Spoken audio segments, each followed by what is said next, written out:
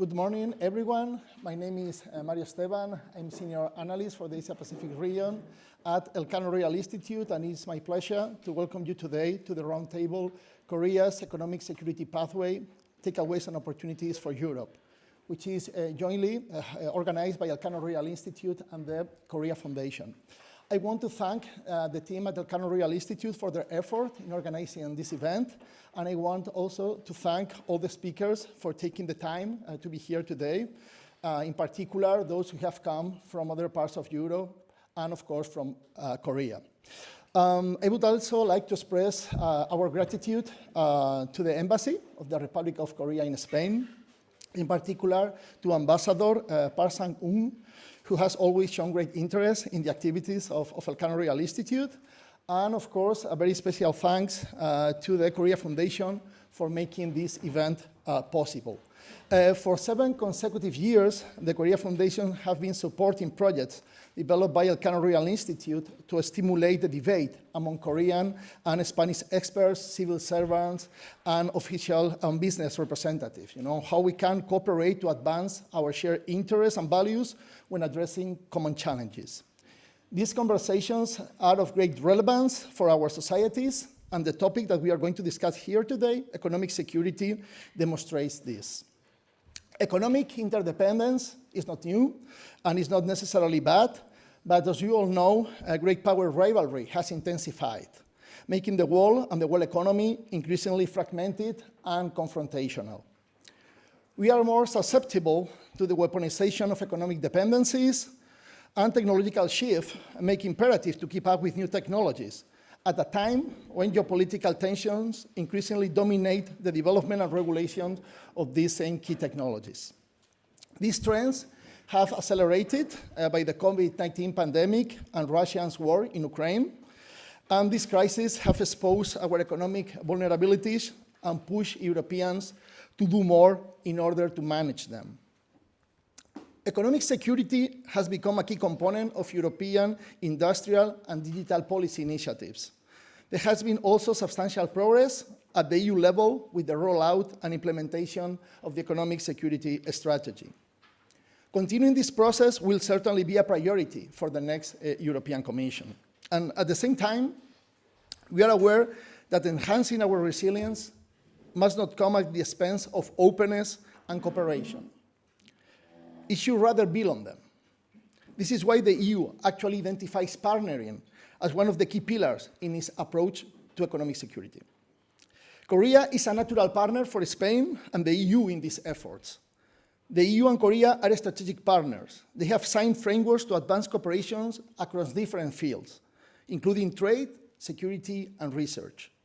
The establishment of the Digital Partnership in 2022 and Korea's association with Horizon Europe this year have created momentum to expand our cooperation on a broad range of economic security challenges, from supply chain disturbances to research security. Learning from each other is also an essential element of Europe-Korea cooperation. And this is precisely what we will be doing here this morning. We have organized a keynote speech by former Minister of Trade, Yoo Myung-hee, and 2 roundtables that will discuss Korea's experience in facing 2 key economic security challenges: technology security and economic coercion. Both topics are at the top of Europe and Korea's policy agendas. And these are also areas where Korea has been leading the way by designing and implementing economic security policies and tools to deal with these challenges. I really hope that today we can learn from one another and steer up the debate in order to continue strengthening Europe-Korea relations on economic security. Without further ado, it is my pleasure to introduce the Ambassador of the Republic of Korea to Spain, Mr. Park Sang-un. Ambassador, the floor is yours.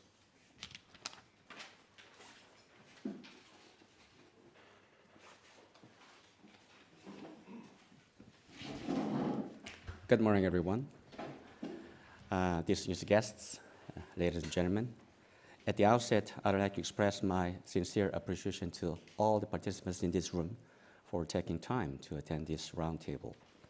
This roundtable is organized to provide a venue for discussion among experts from Korea and Europe to explore the ways to better deal with our economic security, which is one of the most critical challenges of our time. As we all know, we are living in a new Cold War era. The war in Ukraine is undermining the norm-based international order, and the divide between liberal and authoritarian regimes is getting intensified. In this new Cold War era, economic policies are no longer determined solely by the dynamics of the market or the principles of economics, as national security considerations bear huge significance over economic policy. Economy and security have no longer become separable, and foreign policy should take both security and economy into full consideration together. Since the inauguration of the Yoon Suk-yeol administration 2 years ago, the Korean government has focused its efforts on stabilizing its supply chain through coordination with key partner countries, while actively sharpening its technological edges. With the United States, we are actively engaging in consultations on supply chains of key items such as semiconductors, batteries, and key minerals, as well as on core emerging technologies such as artificial intelligence and space, among others. We also continue dialogue with China, who is playing an essential role in stabilizing the global supply chain. We also make our efforts on strengthening multilateral cooperation. Since January 2023, Korea, US, Japan have held trilateral economic and security dialogue 3 times, and the Korea, US, India dialogue on key emerging technologies was launched in March this year. At the level of Indo-Pacific Economic Framework, cooperation is being pursued by signing a supply chain agreement, and through the Mineral Security Partnership, MSP, efforts to stabilize the supply and demand of key minerals are being made. In addition, given the critical importance of the artificial intelligence on economic, security, and technological convergence, the Korean government, together with the British government, co-hosted the AI Summit in Seoul last month to lead the discussion on international norms for artificial intelligence. It will also co-host a summit on responsible artificial intelligence in military domain, or RE-AIM, in September this year in collaboration with the Dutch government. Korea aims to further strengthen its innovation in areas where it has technological edges, such as semiconductor industry, and to promote policies to enhance technological capabilities and diversified risks in vulnerable areas. It is also developing economic security diplomacy based upon institutional transparency and policy predictability. Korea and the European Union are key partners in responding to new geopolitical challenges, while upholding fundamental values like freedom, democracy, and multilateralism based on norms. I hope that today's roundtable will serve as a valuable opportunity for sharing views and insights of experts from Korea and Europe for strengthening economic security for our 2 regions. Let me conclude my remarks by thanking all of you for your valuable presence, and the Royal Institute of Elcano and Korea Foundation for making this roundtable possible. Thank you.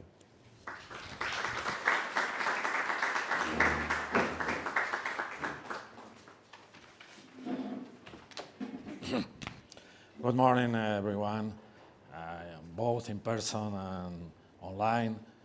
It's a pleasure, it's an honor for our institute to introduce our main speaker, Mrs. Jo Min-hee. She has been the first female trade minister of the Republic of Korea in 2019 to 2021. Previously, she was deputy minister for trade negotiation, Director General of Trade Policy at the Ministry of Trade, Industry and Energy, also a spokesperson for foreign media in the office of the President, and she has been always involved in trade affairs. She was excellent in shaping Korea's policy on emerging trade, new issues such as global supply chains, green and digital trends, and many others in that way. Now she's teaching trade and economic security issues at the Graduate School of International Studies at the Seoul National University, and also she is non-resident senior advisor to the Center for Strategic and International Studies of Washington. Mrs. Myung-hee, the floor is yours. Welcome.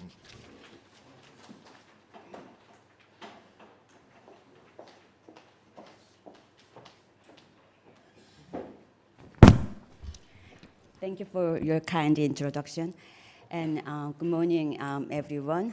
First of all, it's a great pleasure to participate in this seminar and also to share my perspectives with the distinguished experts from different parts of Europe and also colleagues in the Elcano Institute, as well as from Korea. And also, I'm particularly pleased to see, as a former Ministry of Foreign Affairs official, it's particularly good to see, especially Mr. Ambassador Park, and also my dear friend and colleagues in the Korean Embassy.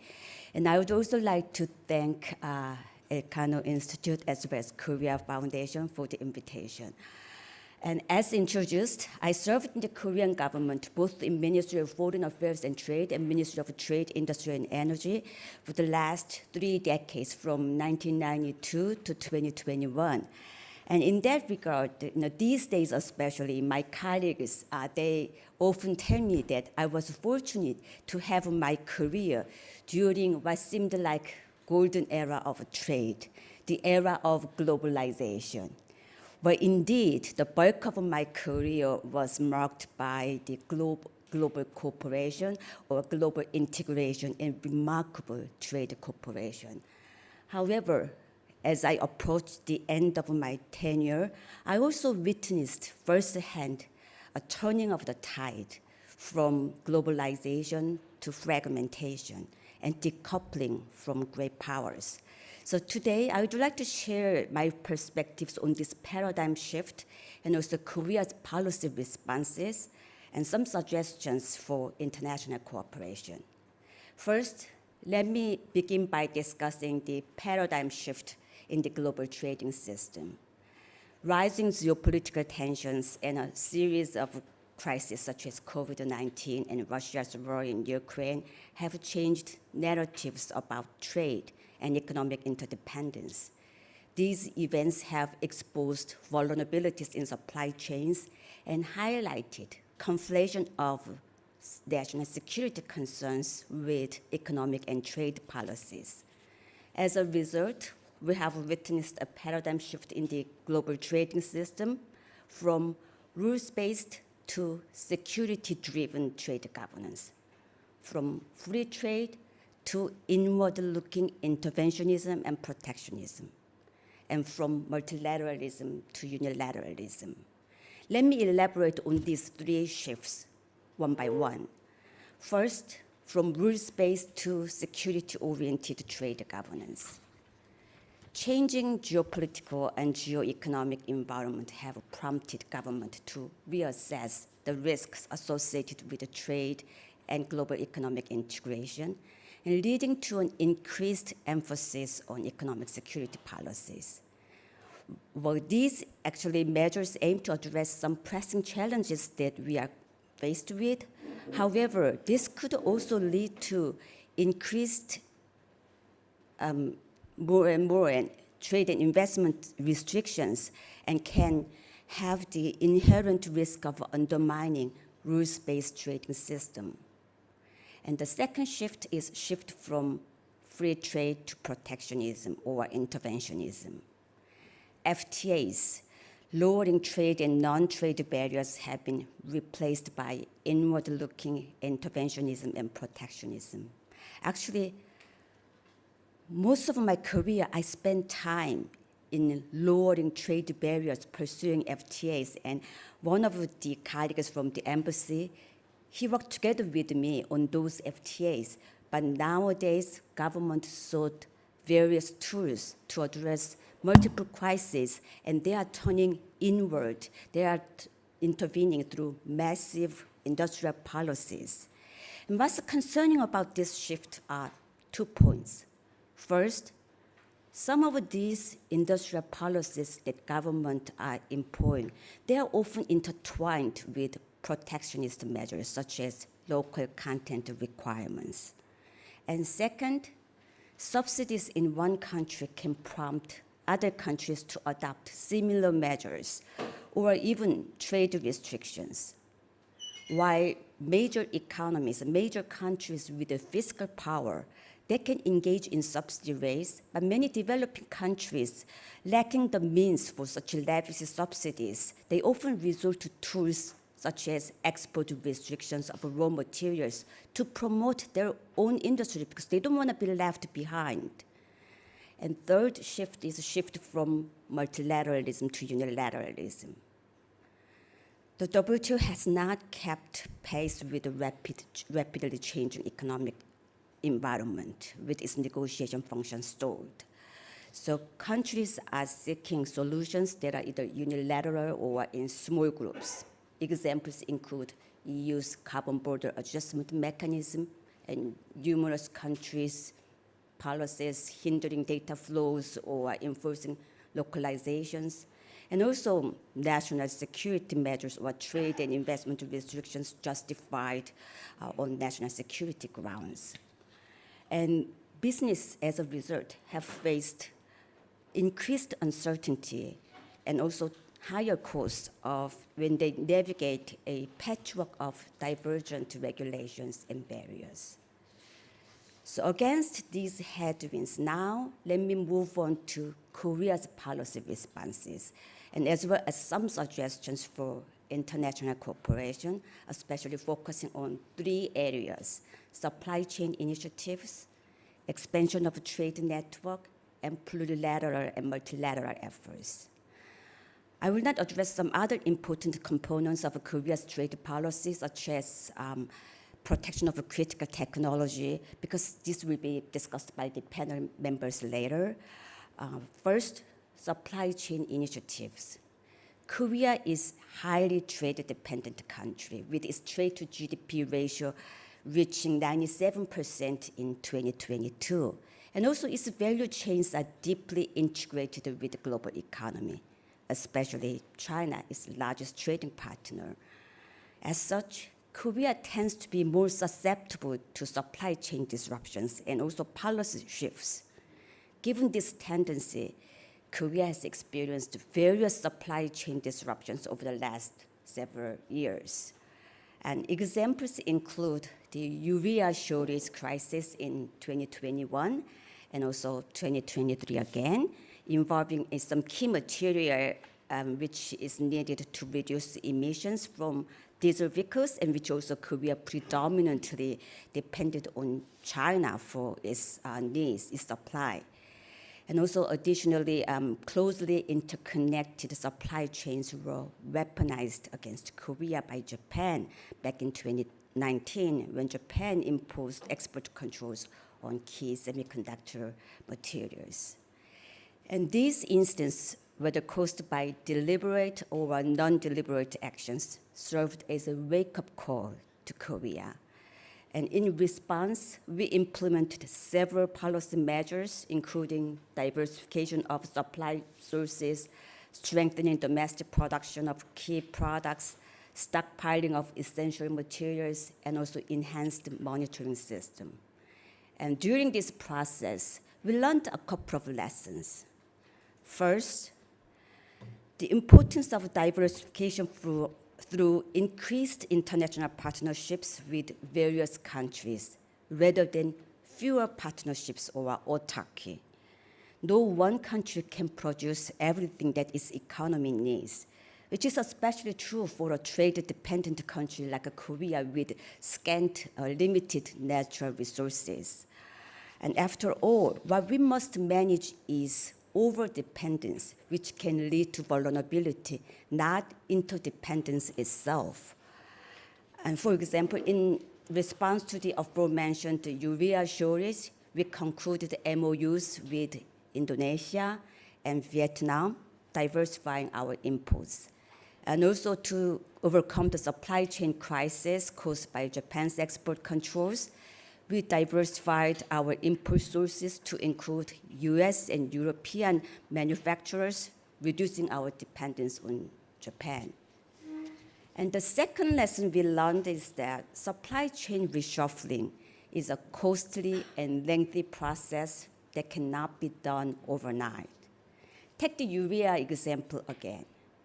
After concerted efforts, our reliance on China dropped from 97% in 2021 to 67% in 2022, just for a year. Quite remarkable, right? But that's not the end of story. By next year, by the end of 2023, we were back to depending on China for 92% of our urea needs. Why? Because just now importers reverted to China because despite government initiatives with other countries like the MOUs, Chinese urea was simply cheaper, significantly cheaper. It's the market economy at work. So that's why Korea recently enacted supply chain stabilization basic law to provide support for stable import, production, and stockpiling of around 200 key materials and items. So achieving supply chain resilience requires ongoing and coordinated efforts, not just one-time solutions, and always challenging policymakers to navigate the fine line between efficiency and resilience, or between openness and security. Let me now briefly touch upon the second policy focus, expansion of trade networks. Despite the rise of protectionism and increasing economic security concerns, Korea emphasizes keeping our supply chains open and also continues to explore new sources of growth by expanding market access and trade through additional agreements. When I was trade minister, even amidst the outbreak of COVID-19, we were able to finalize negotiations through year-long finalized ICEP regional comprehensive economic partnership agreements through year-long virtual negotiations. And also just last week, Korea signed an FTA with the UAE, its first FTA with Middle Eastern countries, and also concluded FTAs with the GCC and the Philippines last year. We also launched negotiations with Thailand and Malaysia this year, basically expanding trade networks with the Global South, which is rising as an alternative market amid US-China strategic competition. So even in the era of economic security, we strive not to lose sight of the benefits or positive role of open trade, which can foster economic growth, innovation, and prosperity. Last but not least, plurilateral and multilateral efforts. The world trading system is in crisis with limited prospects of updating its rule book. So in the absence of multilateral rules, bilateral, plurilateral, or unilateral arrangements have proliferated to tackle current challenges. And of course, the multilateral approach is the best to address global challenges. But however, when such efforts stall, plurilateral or other types of initiatives still could work as a practical way forward to rebuild the trust among countries, and also to develop rules or some policy red lines or acceptable parameters on some emerging challenges. And in this regard, While actively participating in the WTO and reform efforts, Korea also plays a significant role in shaping new trade rules through bilateral, plurilateral, or unilateral initiatives, especially in the two areas, in the areas of digital trade and also nexus of trade and sustainability. For example, Korea concluded a digital trade agreement with Singapore and also joined digital economic partnership agreement. And also our trade negotiations, digital trade negotiations with the EU are making headway. And these agreements, albeit bilateral or plurilateral, they would facilitate interoperability between different systems and also cross-border data flows while protecting privacy or personal data. And this could hopefully pave the way for future multilateral agreements. Korea also played a key role in concluding the IPEF, Indo-Pacific Economic Partnership, especially its supply chain and clean economy pillars. And successful transition to a green economy depends on really global cooperation to manage tensions between trade, carbon pricing, and also supply chains. So as such, Korea is engaged on those discussions. Before closing, I would also like to emphasize the importance of Korea and the EU as like-minded and trusted partners working closely to tackle pressing issues arising from this paradigm shift and also navigating these transitions effectively. Through our combined experiences and strengths, we can play a crucial role in shaping global rules on these pressing issues, emerging challenges. And we can also develop trade policies that not only foster economic growth, but also ensure that growth is secure and also sustainable. I will stop here. Thank you for listening.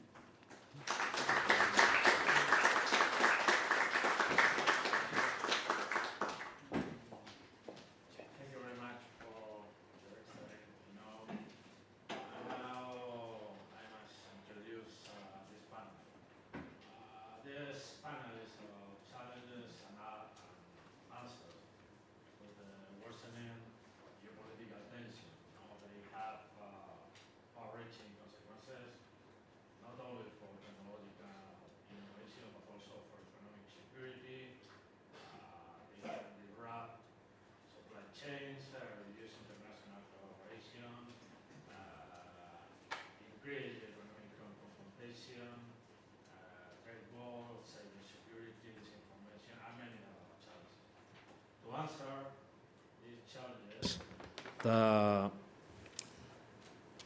companies, nations, and individuals, they must navigate by diversifying supply sources, as I mentioned before, investing in new technologies, fostering domestic innovation, and many other initiatives to at least mitigate the adverse effects, impact of geopolitical instability.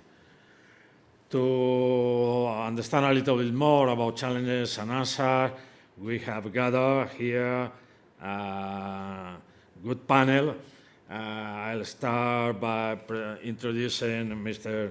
Won-Yu Jeon. He is a research fellow and head of the economic security team at the Korea Institute for International Economic Policy.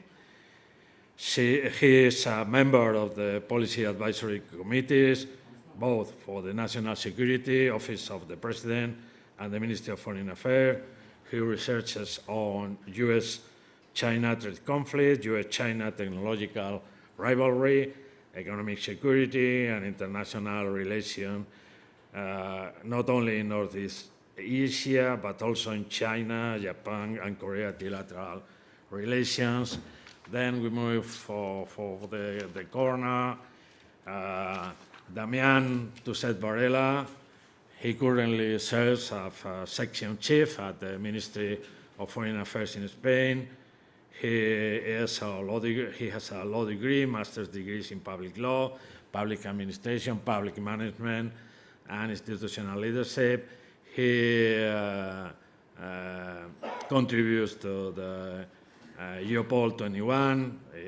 He is a specialist on North American area, and he teaches and writes on international relations, artificial intelligence, cyber diplomacy, and geopolitics. Thank you very much for coming. Now we move to the other corner. Raquel Jorge, she works for our institute. She's policy analyst at Elcano Royal Institute for Technological Affairs. She is also project lead for the implementation of the first European Union foreign policy of technology at the European University Institute. This is a project funded by the European External Action Service and the European Commission, DG Connect. She has worked as an independent expert consultant for the European Commission, European Cyber Agora, Harvard University, the Ministry of Foreign Affairs, and that is all for now. No? And thank you very much for being with us.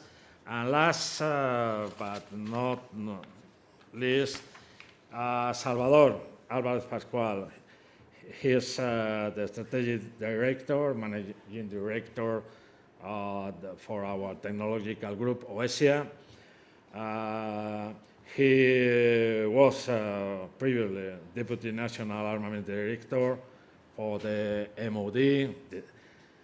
He led the Spanish delegation, the steering committees and program boards for many different European collaborative programs, Eurofighter, A400M, Tiger, helicopters, European Mail, and space projects, many others. So this is the panel. We will follow the same order. And before giving the floor to our Korean colleague, I would like to remind you that all those willing to send questions for the panelists, they may use the same email that used for joining us here, both in person or in line. Thank you very much, Mr. Won Yoon. You have the floor.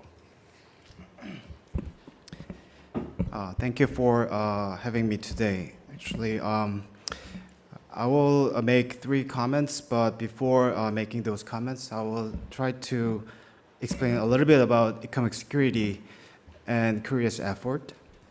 How the Korean government think about this economic security is actually it's protecting national survival from external economic threats or risks. And in terms of national survival, we can think about the present survival and the future survival. So present survival is closely related to supply chain issues, such as energy security, food security, the stable supply of all the goods that we need for our daily lives. And for the future survival, it's closely related to nation's competitiveness. So it is related to advanced technologies and also strategic industries. And the third area is cybersecurity, like a digital space, because digital space is very important. It serves as a corridor for money, knowledge, technology, service. So it's another very important area for economic security. So when you check our national security white paper, which was published last June, you can check one chapter written for this economic security issues. And our efforts are all focused on these areas, 3 areas: supply chain issues, advanced tech issues, and also cybersecurity issues. So that's another reason why this year the presidential office, they rearranged kind of offices, and they put cybersecurity under the economic security deputy advisor. The other thing I should mention is I think we should remember that economic security is literally for security, national security. It's not for economic prosperity. So economic security should be a condition for economic prosperity, but it is not a measures to achieve economic prosperity. I think we should remember this. But I don't think other nations, such as the United States or maybe Japan, China, and also European countries, I think they are trying to use this economic security to pursue economic prosperity these days. So I think that makes some kind of problem right now. So let me make 3 comments. First is related to geo-economic fragmentation. So I think the most important change we are facing right now is this geo-economic fragmentation. Last year, WTO and IMF, they released reports, and the keywords, the most important words from those reports was geo-economic fragmentation. So they actually gave us the picture of geo-economic fragmentation is happening right now with trade data and also investment data. So these days, I think rules are not working. For example, WTO is paralyzed. That's why countries, they try to invest trade based on trusts and values. And also, we are expecting the outcome of US presidential election this November. And I regularly visit Washington, D.C., and I checked Trump campaign, they are talking about more decoupling from China. So I think wave of this fragmentation is that we may not be able to resist. And this is not only happening in the area of trade, but also in tech cooperation. So for example, we see many platforms actually established since 2021. For example, the Biden administration came to office, so we saw like US-EU TTC, we have US-Taiwan TTIC, US-Japan digital trade agreement, and also they have a co-project on semiconductor development. US-India TTC was also launched last year. And also with Korea, we have US-Korea next generation tech dialogue. So I think this is one particular kind of phenomenon we should think about. The second point is about export controls. I'd like to share the Korea's experience. So actually, United States started to tighten their export controls against China's semiconductor industry since 2020. And I think Korea is one of the key victims of that. And but in general, I think we share the same goal. Like United States, Korea, our goal is the same. In particular, in terms of China relations, we are trying to expand our technological gap between us and China. We have the same goal. But I think the reasoning behind this is a little bit different. I think United States, their reasoning is more based on national security. But Korea, we think more about industrial competitiveness. And also, we have different trade structure. Also, we have different industrial structure. So our perception of economic security risks and our countermeasures are quite different. For example, in terms of semiconductor industry, the US has advantage in making equipments and materials, also softwares. But Korea's advantage is manufacturing. And we have also fabs in China. So basically, Samsung and SK Hynix, they are producing half of their chips in China. So I think the United States, they do not care that much about the location of fab, as long as they can sell their equipments, their softwares, and their materials. But for us, for Koreans, the location matters, because if we have to exit our fabs out of China, that costs huge money. So that's the experience we are having. And also, in terms of widening the gap between us and China, I think we have two measures. First one is containing China, but the second is we run faster, right? And Koreans, we think United States is too much focused on the first measure, containing China, like export controls. But we Koreans, we are arguing that we should utilize the Chinese market to earn money and put those money to run faster, develop our technologies, R&D. Because China actually last year consumed 60% of semiconductors overall. So that's a huge market. So we cannot just ignore the Chinese market. And the last point, third point, is about economic coercion. I know our second panel will talk about economic coercion issues, but I'd like to just briefly talk about the new development or new dynamics these days, and what we actually cares about.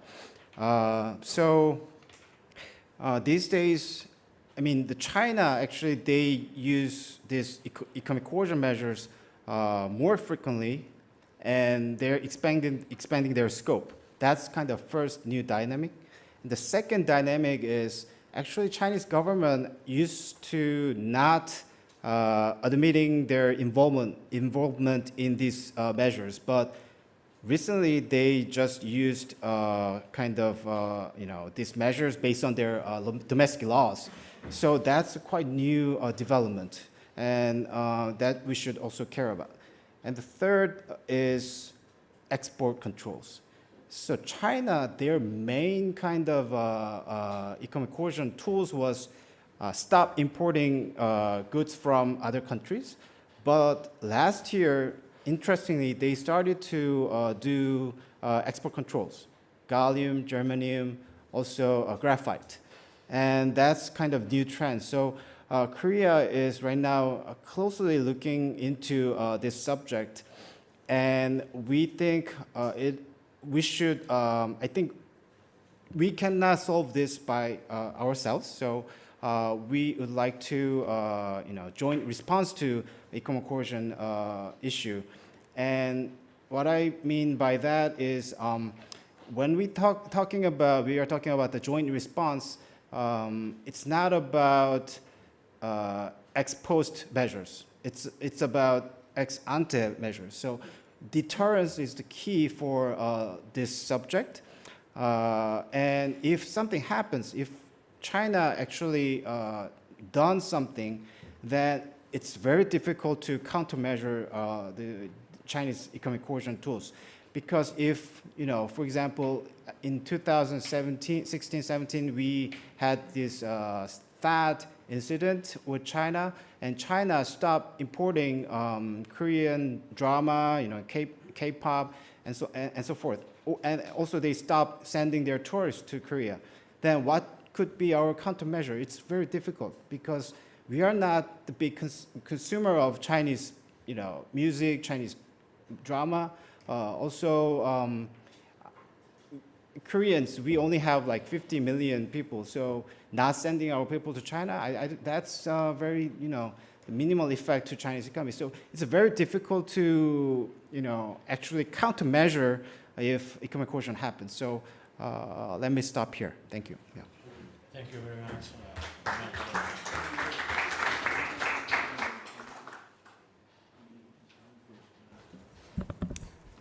Well, good morning. Thank you all.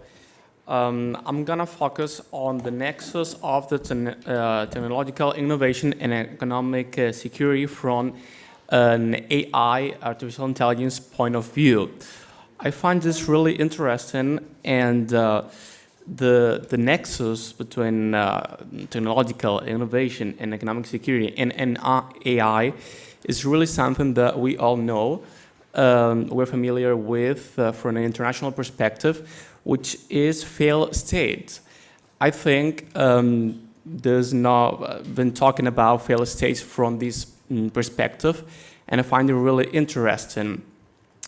As we know, AI works as a double-edged sword.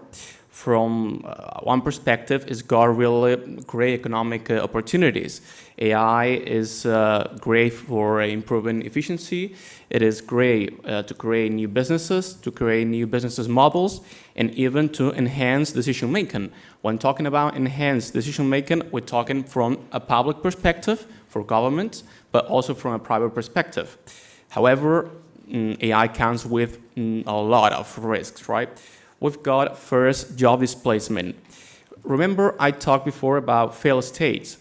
Why I'm combining all these ideas? Well, the risks of AI are first job displacement. So states must address this issue, must address this problem, otherwise can face important problems from a job market perspective. It is true, the AI is gonna create a lot of jobs, but it's gonna destroy a lot of jobs. The jobs it's gonna create need new, they need new studies, they need new norms. So countries must adapt, must create new programs so that people are aware of this new technology and knows about this new technology, right? Then we've got the cybersecurity point of view. If we mix AI and cybersecurity, I think we've got a huge problem, right? So AI can foster cybersecurity, but if some countries are not aware of this combination and they don't focus on public policy, mixing both security, cybersecurity, and AI, this can have a problem from this perspective that I was mentioning, this failed state, because these countries won't be able to tackle the problems and won't be able to have the adaptability and then what it takes to take control of a country. Then we've got the military perspective. From a military perspective, we all know about arms race, about autonomous weapons, and that's for sure another problem that we can lead that to the race I'm going to talk about now, the race for AI supremacy. And then we've got the part of democracy, right, and elections. This year we're facing some elections. We're facing the European elections this week, and then we're facing the American elections at the end of the year. And we all know that we're facing big problems with this new technology of AI and deepfakes, right? So if we think and if we put in the same place all these things that I mentioned, job displacement, cybersecurity, the military part of AI, and democracy and elections, you see the picture, right? You see how that can create failed states. So I really find the important consequence or a huge consequence of AI from this international point of view, from a geopolitical point of view, and from this economic security point of view. As I was saying, there is this race for AI supremacy, but really countries must think why they want to have this supremacy on AI. The supremacy shouldn't be only from this military point of view, but to precisely what I mentioned, so that it doesn't become a failed state.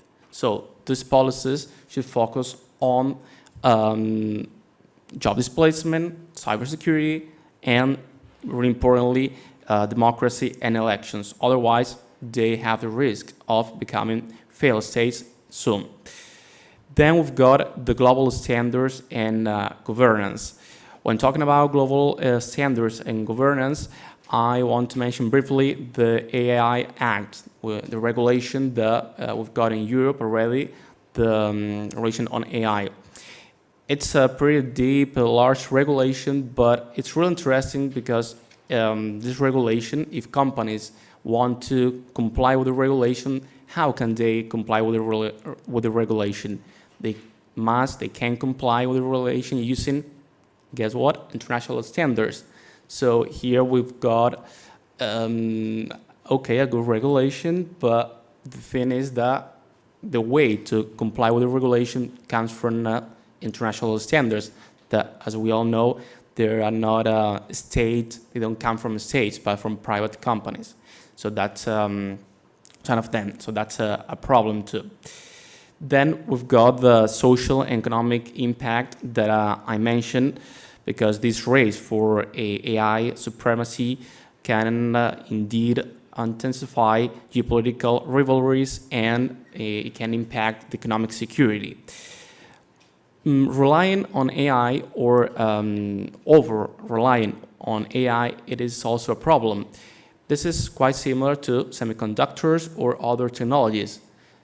If you rely way too much on AI from other countries, or even if you focus all your economic perspective, your economic policy in a country on AI, it surely is a risk, because you've got this reliance, and if in any moment that doesn't work, you're going to have a problem. Or in any moment, the country that is giving you all the information, is giving you all the tools, the software, you're going to have a problem, right? So what would be the policy responses? Well, first, it is really important to invest in research and development. If we think about this research and development, it comes both from public and private corporations. It is interesting because the countries that now are leading AI are precisely the ones that have invested more heavily on research and development, which are United States, China, and also Korea. So I think that's really interesting. Then we've got international cooperation. International cooperation is key in this area. Regarding this international cooperation, I would like to highlight the EU and Korea partnership in digital cooperation, which I find really interesting, and that includes not only AI, but also 5G, 6G, cybersecurity, and this cooperation is a good example of the importance of countries that share similar values on these technological perspectives. Then we've got regulation and governance that I mentioned before. It is important to regulate, but it is important to regulate wisely. It's not about regulating because we need a lot, or but to have a knowledgeable and to have a reasonable law. And then we've got the education and workforce. We must adapt, as I said, university programs and create new programs fast.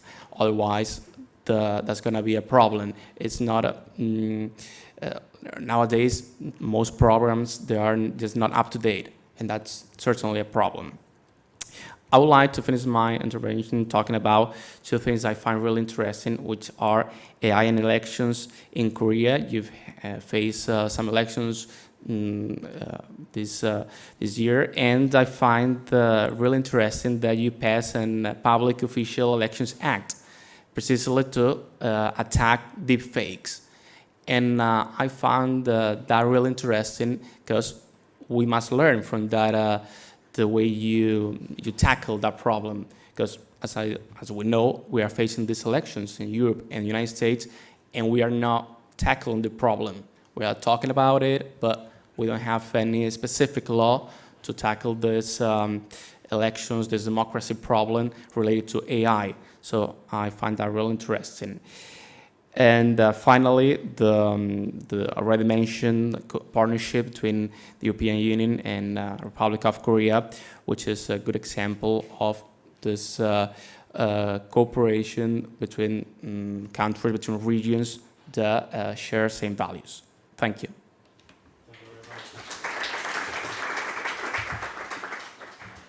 Thank you very much, Damien. Now, Raquel, please. Thank you. Well, first of all, thank you very much to El Cano Real Institute and the Korea Foundation for organizing this joint discussion. I think my contributions will be much more focused on the European Union side perspective, because we have heard here some perspectives on the Republic of Korea's economic security policy development and also the focus on AI, but I would like to emphasize the importance of the European Union's developments on economic security. Because when you look at documents, you realize that it was not until last year, until June 2023, where the European Commission and the High Representative for Foreign Affairs proposed this joint communication on a proposal for an European economic security strategy. Until now, the European Union had been mostly talking about open strategic autonomy, which looked much more on these topics about friendshoring and not nearshoring, also diversifying the supply chains, giving further resilience to those technology verticals that maybe are much more vulnerable to some disruptions or economic shocks, or even not economic shocks, maybe political shocks and other types of shocks, such as the diplomatic ones. But since last year, as the former minister said, there has been a paradigm shift from the open strategic autonomy discussion towards the economic security conversation. In the case of the European Union, what we see is that they aim to proclaim three main pillars of the economic security strategy, which are based on three Ps: protect, promote, and partner. When you look at for example, the speech that the President of the European Commission, Ursula von der Leyen, provided last year in a joint as well think tank event in Brussels, she emphasized the importance of not decoupling, but rather de-risking. And she foresaw this de-risking in two ways. First, de-risking through diplomacy, so how you can partner, how the EU can partner with third countries through diplomatic actions and international fora to try to promote common discussions on topics such as the global governance of climate change, but also AI. Sometimes we tend to, even if I am working on the technology agenda, it's true that sometimes we tend to have some confusion on economic security, and we think that it's only about technology, but it's also about green technologies and other types of investments in some areas that are not fully related to technology policy, which is as well an important topic to highlight here. So this is the first point, de-risking through diplomacy. And the second point was economic de-risking, which was raised in a quite similar way as the former minister's speech said, for example, making the EU's own economy and industry more competitive and resilient, for example, with the Net Zero Industry Act, which aims the European companies to produce more than 40% of the green technologies under the European soil, even in partnership with third companies and third countries, but mostly in the EU's territory. Second, the better use of a toolbox of trade instruments, such as the 5G security toolbox, which is non-binding, and it depends on each member state to implement it, but still it's a EU-wide effort to try to make member states much more noticeable and aware of the importance of 5G for economic security, as we all know. Then there is as well the case of foreign direct investments and export controls. A third line of this economic de-risking is on the use of defensive tools, mostly on how to improve this EU-wide approach that does exist on dual-use technologies, which sometimes looks like very clear, but actually it's not. When you look at the member states level, you see that every country has the legal competence to approach technologies as dual-use or not dual-use, with different scopes, with different mandates, and also with different levels of oversight. This makes also these economic security partnerships with third countries, including the Republic of Korea, harder in terms of how the EU can make coherent the different approaches from the member states. Because in economic security terms, we have two levels: what the European Union can do on its own, and what topics the EU does depend on the member states' legal mandates. Here, for example, we have the case of the proposal for a list on critical technologies. This was one of the main deliverables of this proposal for the economic security strategy by the European Union. The European Union knocked the door on member states and asked each country to provide a mapping of critical technologies. These mappings were supposed to be delivered at the end of 2023, but still they have not been fully delivered. This can give you a sense of how economic security matters, but also how important it is to create awareness across member states. Because member states do not have the same knowledge, do not have the same human resources in the public administration to trigger these mappings as the earliest stage of this economic security policy development approach, but second, how to actually put it in practice and set it into motion. Another proposals from this economic security strategy were as well the importance of providing more investments.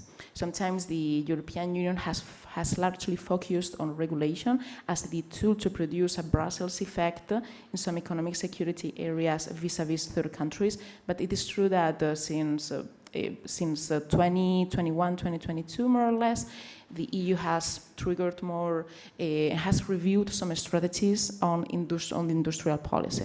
Here we have the case of STEP, which is the Strategic Technologies for Europe platform. STEP was a proposal by the European Commission. It needed the approval of member states.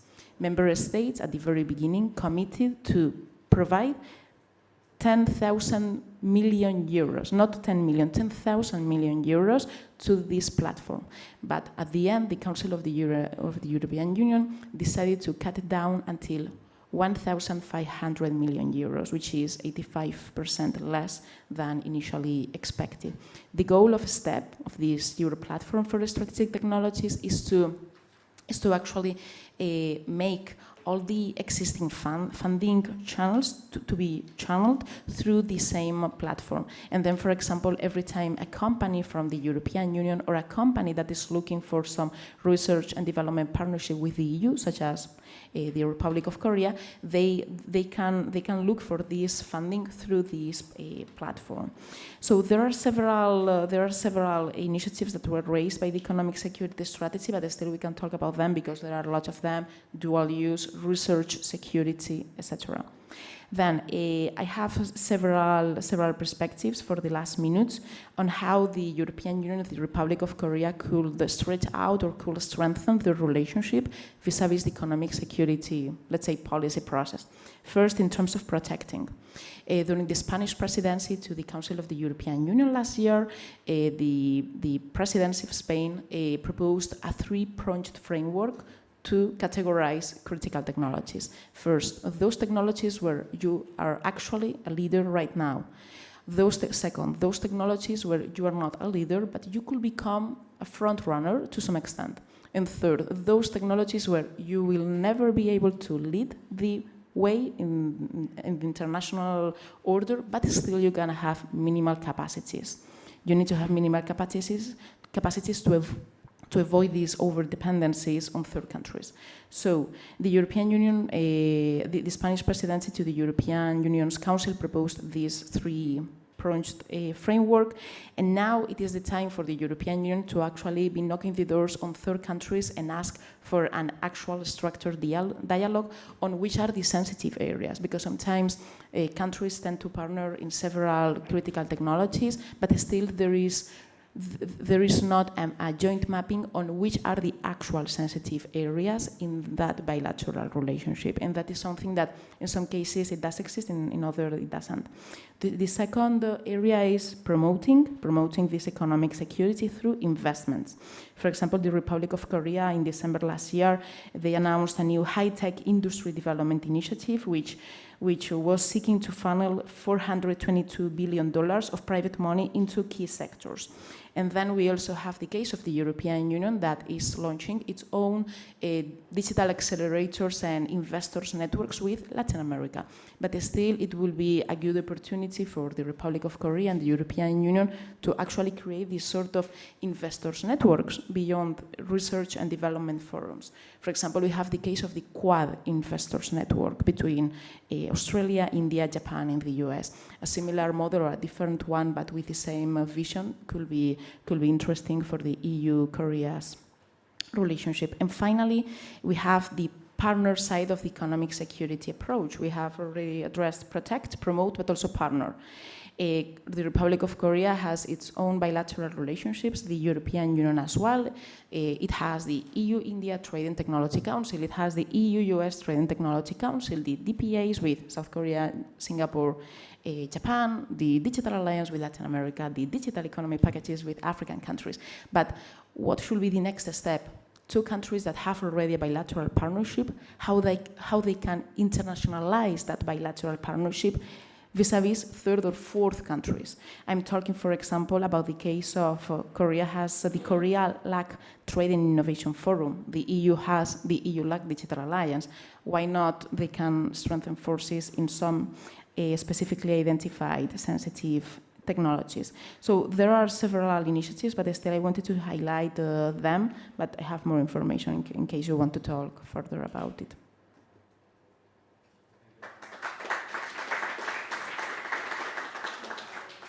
Thank you very much, Raquel, and now Salvador, please. And thank you. Distinguished authorities, ladies and gentlemen, it's a pleasure and an honor to be here, and I express my gratitude to the Royal Institute Elcano and the Korean Foundation. I got an advantage and a disadvantage being the last one. The advantage is I know what the others said, so to me it's easy not to step on any other concept or idea. The disadvantage is that I will not be able to extend my time because they will know anyone to whom I can just eat their time. Año que sé yo. I had the opportunity to stay in Korea several weeks a decade ago because I was supporting the European Consortium for the Eurofighter. At the time, Korea was open a competition for a new combat aircraft, you might recall, back in 2010, 2011. I had the opportunity to know how the Koreans how they managed the capabilities, the knowledge, how they were going to get technology transfer for the purposes many of you have already mentioned today. So to me, it was an excellent opportunity. Unfortunately for the European, your government decided to go for another aircraft, but it doesn't matter. I mean, I know there are cooperation with the aerospace industry and very heavy, and some of equipment. Well, if I take into consideration the subject, if I try to condense in one single sentence, what is the situation we are living, the free democracies? And I found a sentence from the President of the European Union, the European Commission. She said, the new league of authoritarians is working in concert to tear up the international rules-based order and stretching our democracies to a breaking point. This was very recently, and I think frames very well the situation we are living. Okay, some of the issues you have been mentioning. Okay, as I now am all the members of one industry, one company, I think you have seen the perspective from the academic world, from the governments, and from the institution. They normally, as we say, and being a former major general from the Air Force, they are flying at 40,000 feet. Now in industry, we fly low level, which is the daily managing of all these issues. And this is what I'm trying to give you, just an appreciation on how we manage, and many other industries, this situation, a very low and daily day. One of the things is a couple of years ago, we started, when we see all the situation, how it was evolving with all the assessment of all the institutions, governments, transnational organization, and how was the aggressive invasion in Europe, where we see, after so many years, massive blocks of armored vehicles, as we have not seen for many decades. we're starting to think to develop a strategic plan. Let me see. OSIA Group is a technology company. We are about, this is a private, 100% private Spanish company. We operate in 40 countries, and we have a medium-sized company. We have 3,200 employees, most of them engineers or technicians, very well qualified, and we operate in two markets. Basically, one is the aerospace and defense market, providing military equipment, and the other is for the transformation, digital transformation. Well, what it means for a company like us, and some of the hints you have been, our colleagues have been exposing is technology and innovation. We, as other companies, we try to be profitable. That's the purpose why companies are in the market, but we try to be, more important, sustainable, which means being able to remain in market for years. And the keywords we were in agreement was technology. Without technology, we cannot survive. Technological companies mean. What does it mean? For this strategic planning, we try to see how the company will be in 2, 3, 5 years in the future. We analyze all the tendencies, many of them you have been exposed today, and we saw technology, and the technology, one of the things for the technology is that technology is moving. So the only way to keep a pace with the technologies is called innovation by various forms. So you need to invest to remain in the edge.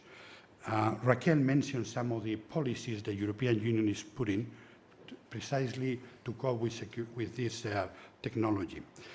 And some of the issues that our company, as I said, at very ground level, we decided is to go and to invest in these disruptive technologies. Some of them have been mentioned here, like cryptography communication, like autonomous system and platforms, photonics, which will be the future for communication, for the replacement of all the electronic components and cards, and cybersecurity. So we decided to go for that line, and our strategic plan is based on that. We have, as I mentioned, markets in 40 countries around the world, from one way to the other way, and we have been affected, and this is, I think, my small contribution to this seminar, how we're affected and what we have been forced to do. If we look to our markets and products, we suddenly, in one of our subsidiaries, which is the guided navigation and control system for unmanned vehicles, 40% was in a nation, in a state, was Israel. Israel market was closed for us, suddenly, and was 40% of, for various reasons. I mean, was a government decision, and not the latest government, I mean, just 2 or 3 years ago. So what we have to do is to immediately to look for other markets. Fortunately, the UAV world is increasingly and being more and more present. Something we did, well, we tried to find new niches for these products in the US, in the Pacific Rims, from the United States to Australia, and we were successful in this. One of the things about the control export has been said, and all the other regulation, which impact our capacity of commercialization of our products. When you try to get export license, the process, at least as we face in Spain, is getting very, very slow, up to the point, not only to certain nations or to certain countries to export, even to the export of nations. So for reasons that are beyond our control, this is an issue.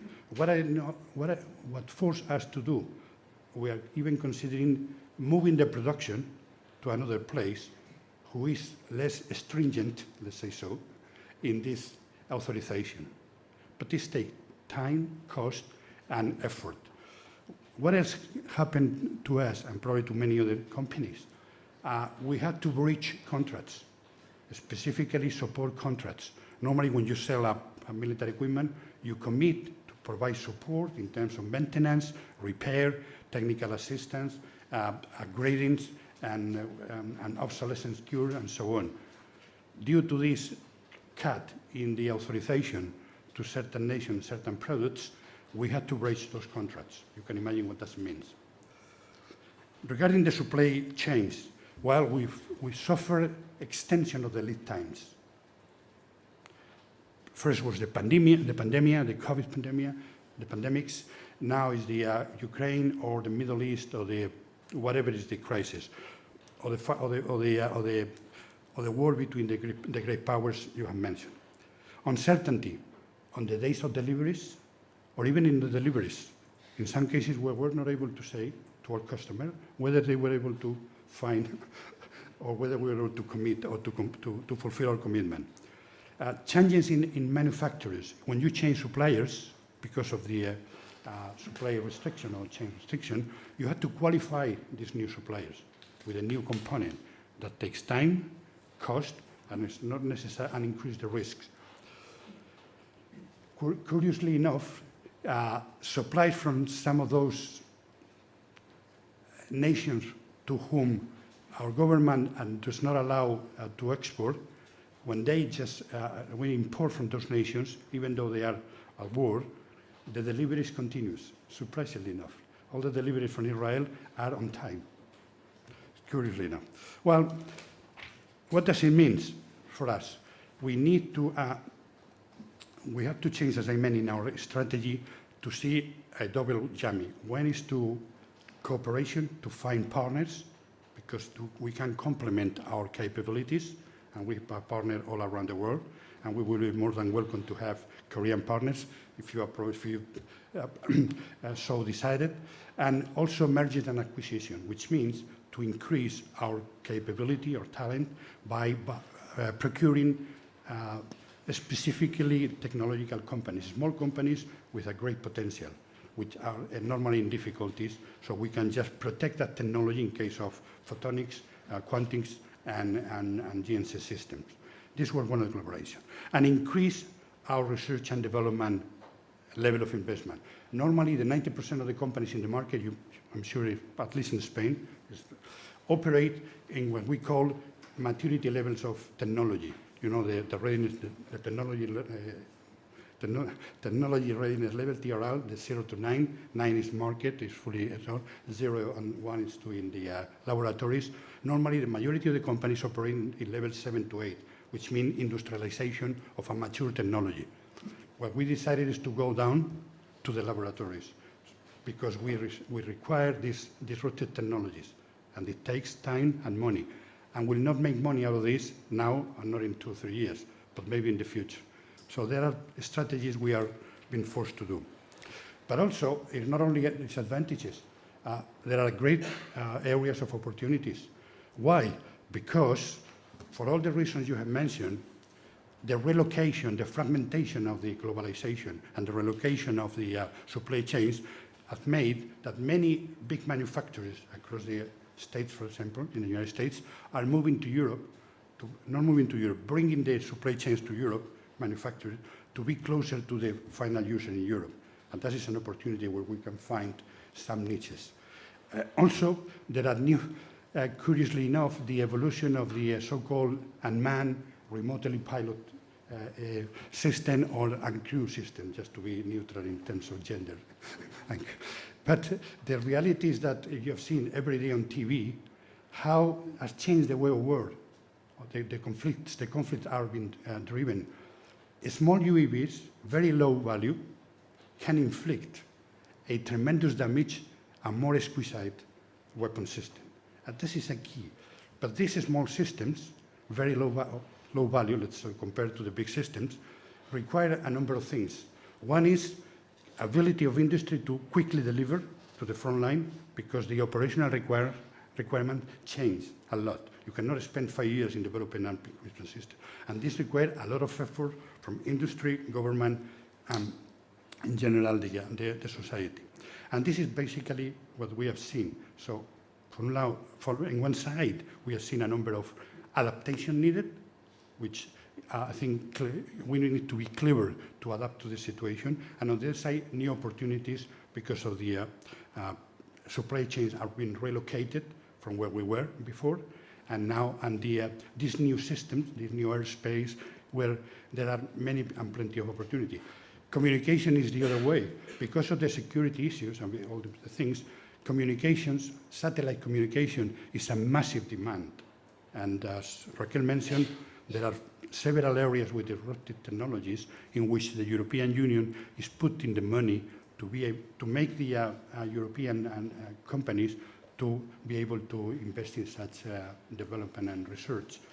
So this is basically the reaction from, as I said, a company level, a medium-sized company level, and I hope this will really create this sense of cooperation. And as I mentioned, really to cooperate with, we have some contacts with your companies, but ready to undertake. And I think it's a good thing for Spanish companies in this case, just to approach the Korean and to make, because I saw the Korean are professionals and serious and with big level of technology. I think for us is a max. Thank you very much.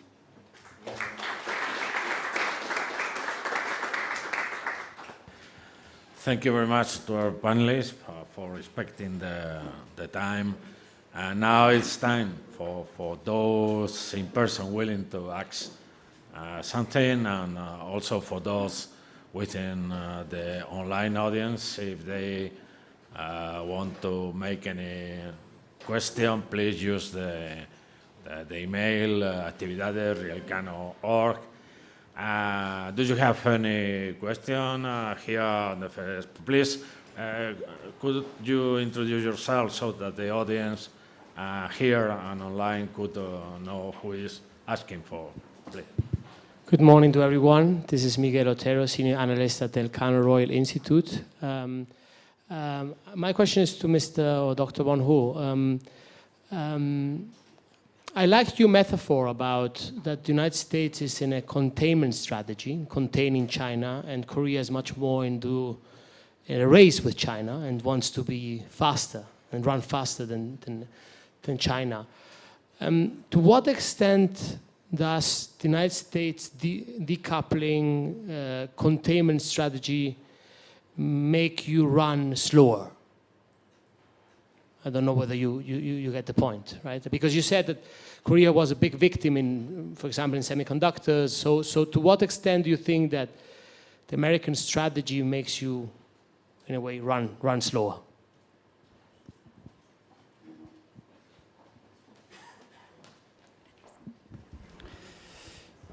Yes, so maybe I'd like to mention two things answering your question, and I'd like to share my understanding of decoupling from the United States. So when Ursula von der Leyen mentioned about de-risking, also the Jake Sullivan, the National Security Advisor from the White House, he also mentioned that de-risking is the US-China strategy. But I think we should not be confused. Although the United States mentioned about de-risking, when we think about definition of de-risking, it's just, we are trying to, decrease our exposure to risk, right? So that's kind of objective for everybody, not for United States, not just for European Union. It's the objective for Korea, China, Japan. We all do de-risking. So we should more focus on how we achieve de-risking. And still, I think United States, their key strategy, key measure is decoupling and selective decoupling. Jake Sullivan always mentioning about small yard, high fence strategy, right? And why do you build high fence? It's for decoupling, right? You are trying to decouple from China. So that's the first thing. And second, answering your question, so because of United States actually, for example, 2020, they implemented chips export control against Huawei, and Huawei was the major customer for Samsung and SK Hynix. They bought a huge amount of chips from Samsung and SK Hynix, but because of the US measures, they couldn't sell those chips to Huawei anymore. So that means we lost kind of customers, right? And as we all know that especially, I think other panelists also mentioned about the importance of investment or importance of R&D. And particularly in terms of semiconductor industry, you need huge amount of money, astronomical amount of money to do R&D. That's why we now have oligopoly or monopoly in this industry. So if you can resource those, money, then you survive. But if you do not source those money, you cannot survive. So in terms of that, I think utilizing the Chinese market is very important. And if United States is trying to maybe use export controls to, make Korean companies not selling those chips to China, then that's a huge problem for Korean companies. So that in that sense, we have a problem. But so far, they're not making us not selling our chips to China. So they are just cutting, the most advanced equipments to, South Korean fabs in China.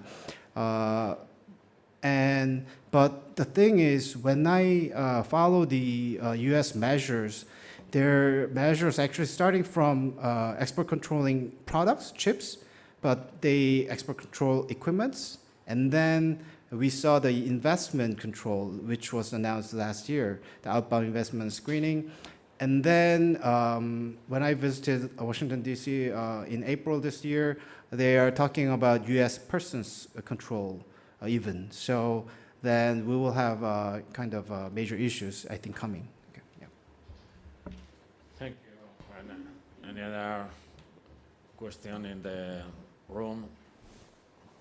In the back. Thank you so much for Real Instituto Elcano and the South Korean Foundation, and to all the speakers for your thoughts. My question would be, when we talk about open strategic autonomy and economic security, would be to raise the issue of strategic dependencies. And I would like to ask Raquel and Mr.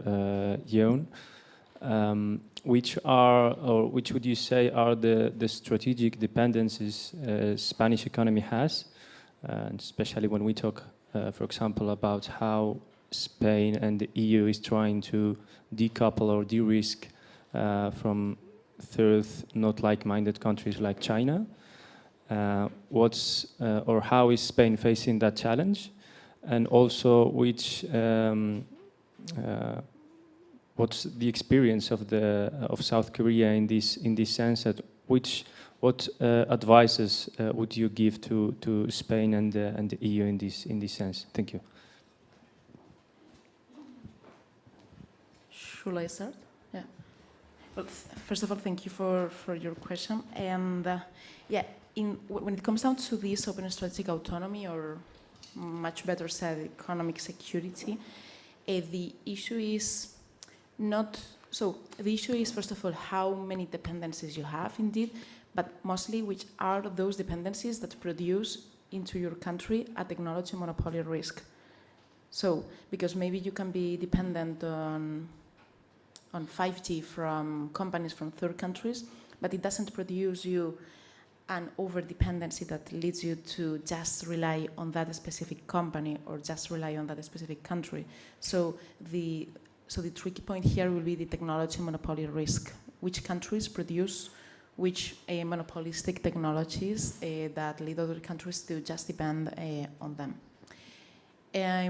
In this case, there is a tracker on critical technologies which was led by the Australian think tank called ASPI, where you can see the list of countries that lead each technology.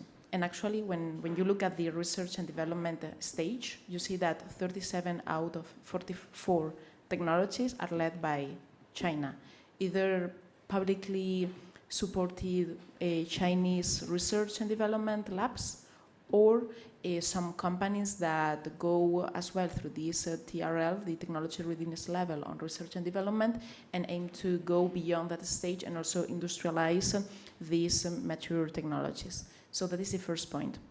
And then the remaining 7 technologies are led by the United States, but still the percentage of leadership is very balanced between China and the US. So this is the first point. The second point with regards to Spain, Spain reviewed, updated the latest national security strategy, and one of its goals was actually to track the existence or non-existence of these dependencies on some technologies, mostly from an industrial capability perspective.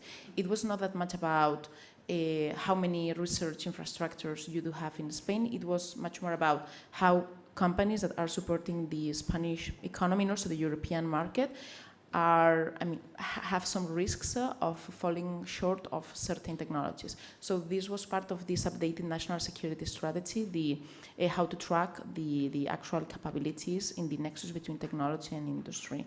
Then the goal was as well to build up an early warning system that so far is still being built. That updated national security strategy was released at the end of 2021, so almost 3 years. But it is true that the process of creating an interministerial governance, let's say it, body, or at least a group of people is hard, because you have, in the case of Spain, the Ministry of Industry, which is mandated to create the RECAPI, the RECAPI. The RECAPI is the reserve for industrial capabilities.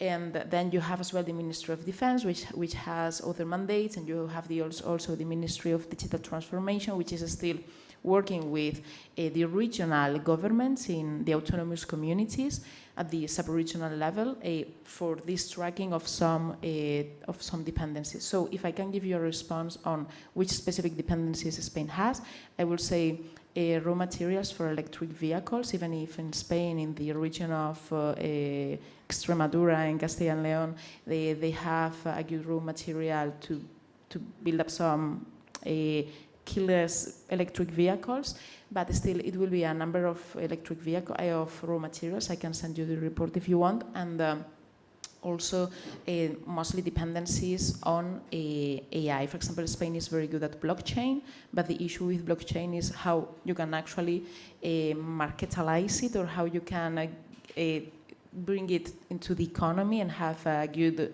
economic and social impact. So Spain is very good at blockchain, is very good at cybersecurity, is very good as well at the 5G core equipment. Mostly, importing those equipments, but guaranteeing a high level of security. But still, it's very dependent on AI, on as well quantum. We have the Barcelona Supercomputing Center, but still, it's at an early stage, even if quite well developed and mature. So yes, there are several technologies where Spain has some sort of leadership, or at least some advancements, but still it's true that if you zoom out and look at the European Union's scenario, you have Germany and France that lead most of the way, except for semiconductors, which is Belgium and the Netherlands, indeed. Thank you, Mr. Yeah, in brief, maybe if I have to describe in one word, I think our strategy is diversifying, not decoupling from China. And to diversify, we use 2 measures. First, self-strengthening. The second is working together with trusted friends. And in terms of self-strengthening, we just enacted Basic Act for Supply Chain Resilience. And this act will become effective end of June. And one of the key pillars of this act is launching kind of fund to help firms to diversify their supply chains. So this year, particularly, we arranged $3.7 billion amount of fund to help our firms to diversify their supply chains. And next year, probably we will double the amount. And second, in terms of, Also, in terms of self-strengthening, we also, I think we are maybe the first country actually launched the early warning system since 2022. And also, even if we think some product is very important for our supply chains, we even think about domestically produce those products. For example, our former minister mentioned about urea. The government is also considering producing urea in Korea. And second, in terms of working together with trusted friends, IPAF is very important for us. We also participate in and also sharing our knowledge in, knowledge of all the warning system through the IPAF. Also, former minister mentioned about the new FTA with UAE, right? Upgrading our FTAs and also having new FTA is also our approach to working together with others. Okay. Thank you. We have another question in the middle room. Hello, I'm come from the diplomatic school here in Spain, and well, I found this debate really interesting, and I have questions for, if I don't mispronounce it, Park Sang-woon and Yo Mi-yoon-hee. So first of all, as I could outline from your conference right now, the WTO is paralyzed. You said it in your own words. Can you delve a little bit more into that?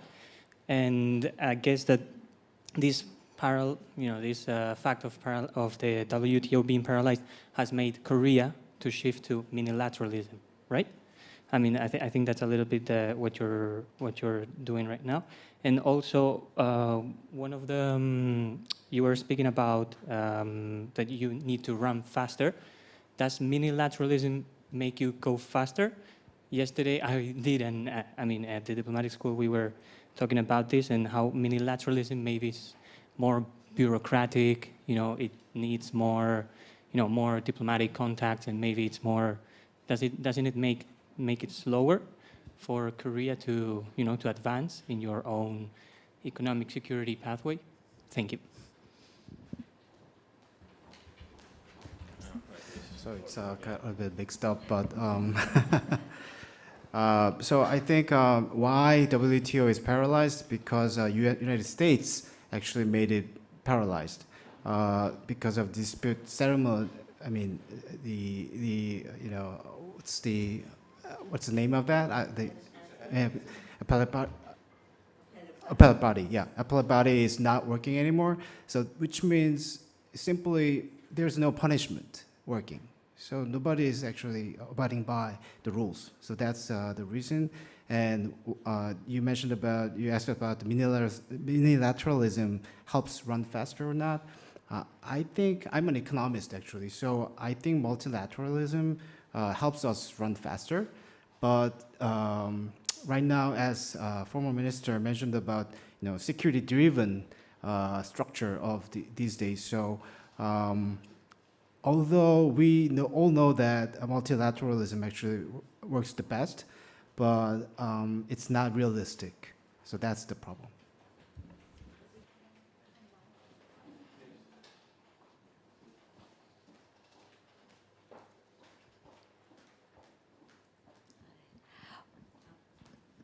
Although I'm not a panelist, that needs to answer the question, but because he also mentioned my comment, let me clarify my comment. I would rather say that, yes, WTO is in crisis, with its negotiation function stalled, and also its dispute settlement function paralyzed with appellate body not working. But Korea's position is that we are also working hard to revive the multilateral trading system and participating in various discussions at the WTO. And the multilateral approach is the most ideal and the best approach to solve global challenges. But as Dr. Yeon mentioned, that at the moment, the multilateral consensus is not feasible given the geopolitical realities.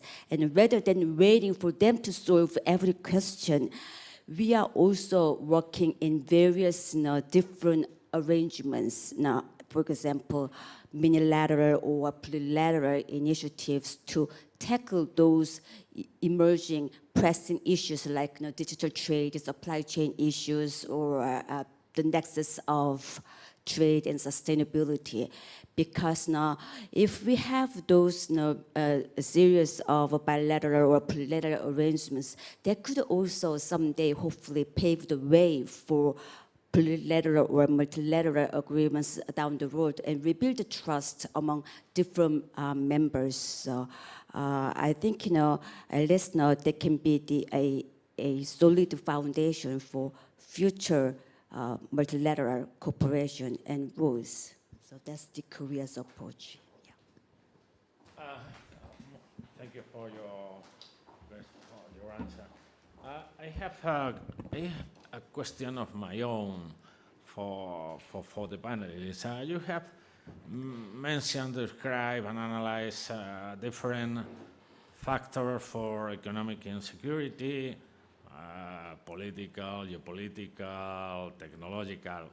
But even if we are able to handle or solve this problem, we are going to face with serious structural obstacles to economic security. For instance,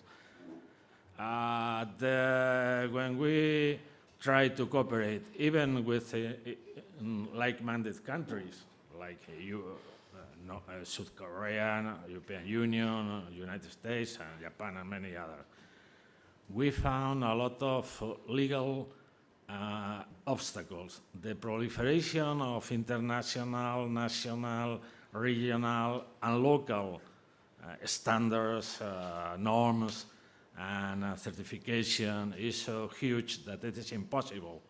Compliance and enforcement are very difficult to fulfill. We have different bureaucracies at all those levels.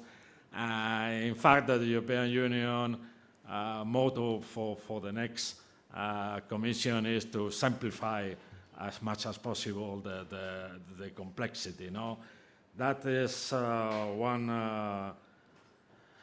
structural problem in my view. And one of the panelists, I think Salvador, he said that the technology is moving. But not only the technology, but the technologies and companies are also moving. And we have a problem with the restrictions on migration, with incentives for migration, a brain drain, not only for individuals.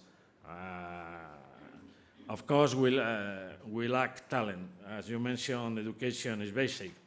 But the talent and teaching for such education is not well organized, and so we are suffering a lack of talent right now. Intellectual property rights is also a problem. So we talk too much about the political, geopolitical factors of economic insecurity, but there are many other problems because those structural situations were not prepared for the new global economy. So I'd like to get your comments on this point. Salvador, perhaps you, or starting with you. Thank you, Felix. I think it's a good exposition of the difficulties we are facing altogether. Again, there are, and Raquel mentioned the number of instruments the European Union put on the table for the companies to try to develop these things. But in reality, there are a number of issues, and you mentioned some of them. The lack of talent, what we call talent, lack of human resources. Our universities are not able to, and I remember the case of the Yongkin University, is that the one in Seoul? Yongkin is the university in Seoul, I remember. With some, I remember we were told some year ago, when I mentioned 10 years ago, they were producing the same number of engineers per year as we produce in all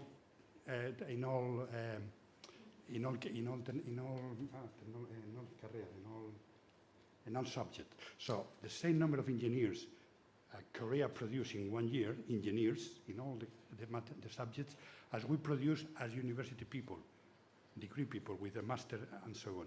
That's a different, and I remember that very well number. But again, talent is a problem. We, the companies, suffer this because if you see in any forum, in any seminar, in any congress, lack of talent, which now is the way the human resources are called, is the same problem. It doesn't matter whether it's aerospace, whether it's naval, whether it's land, whether it's science. There is a lack of talent. And this is one issue, one restriction. The other is, as you mentioned, the administrative processes. We are just framed by an enormous amount of administrative regulations, which in fact made almost impossible. And we had to deal with this. As I said, this is a given, because from the company point of view, we can do very little. We can just adapt to what it is and try to navigate under these turbulent waters. But again, there are regulation at all levels. There are the standardization. One of the things the fragmentation of the globalization could impose or impact is the lack of reducing or multiplication of the standards. And standards is key for the engineering, as you know. And we face the problem of, as we try to be more autonomous or more sovereign to certain territories, we face this problem, standardization. The inability to operate in different equipment or systems from different nations. And this is quite essential. I don't know what the solution is. I'm talking about the industrial point of view, but the reality is that. And you mentioned also all the European Union is doing a very good work in terms of putting the resources, the economic resource to develop this strategic autonomy. But the problem is, and I think you mentioned, every single member state is sovereign. This is not binding. This is a tool, a box tool, but the nations remain sovereign to decide whether to go for this or this. So it's a long way to go on top of the administrative issues. So there are a number of significant issues we need to resolve, and it has to be taken into consideration, for sure. Thank you. All right, Damian. Well, indeed, talent, as I mentioned before, I talk about AI because that's something I've been researching a lot about since a couple of years.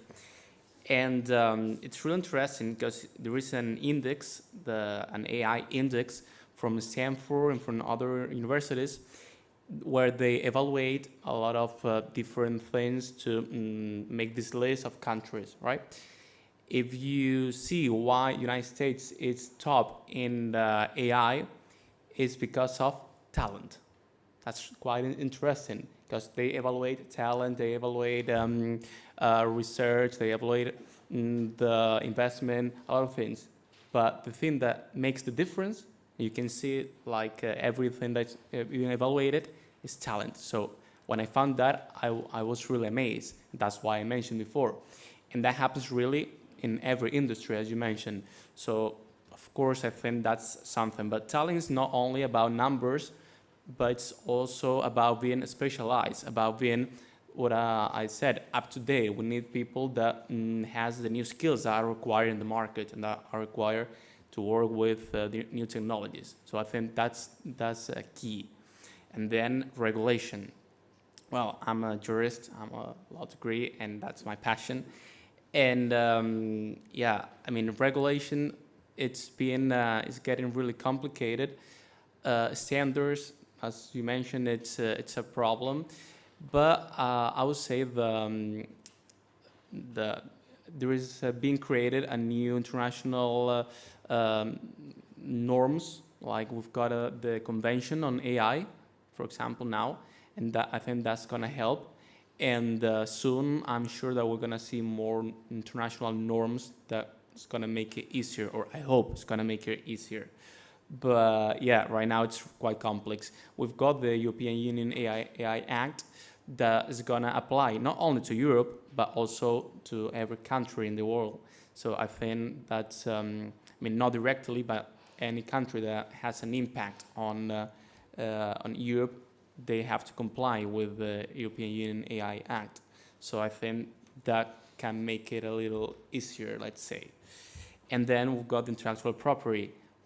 These laws, first, they need to get up to date, because right now they're just outdated, intellectual property laws, with all the new technologies. Well, not new, with the current technologies, right?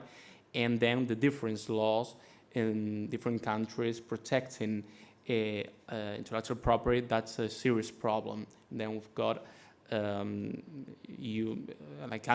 like companies, they want to have their innovation protected, and sometimes it can be quite challenging. So yeah, definitely that. I think that's a problem, and that's one difficult to solve.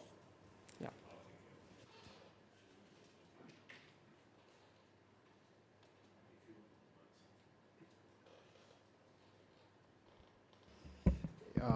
Maybe it's not related to the structure, but I'd like to, I think I missed one point, so I'd like to make this point clear that actually Korea, the current government actually, they strengthen ties with the United States and then normalize the relationship with Japan. And especially these days, presidential office, they think strengthening as a next task, strengthening cooperation with the European countries as their next task. So it's a good, I think, environment or timing for the EU-Korea cooperation. Yeah.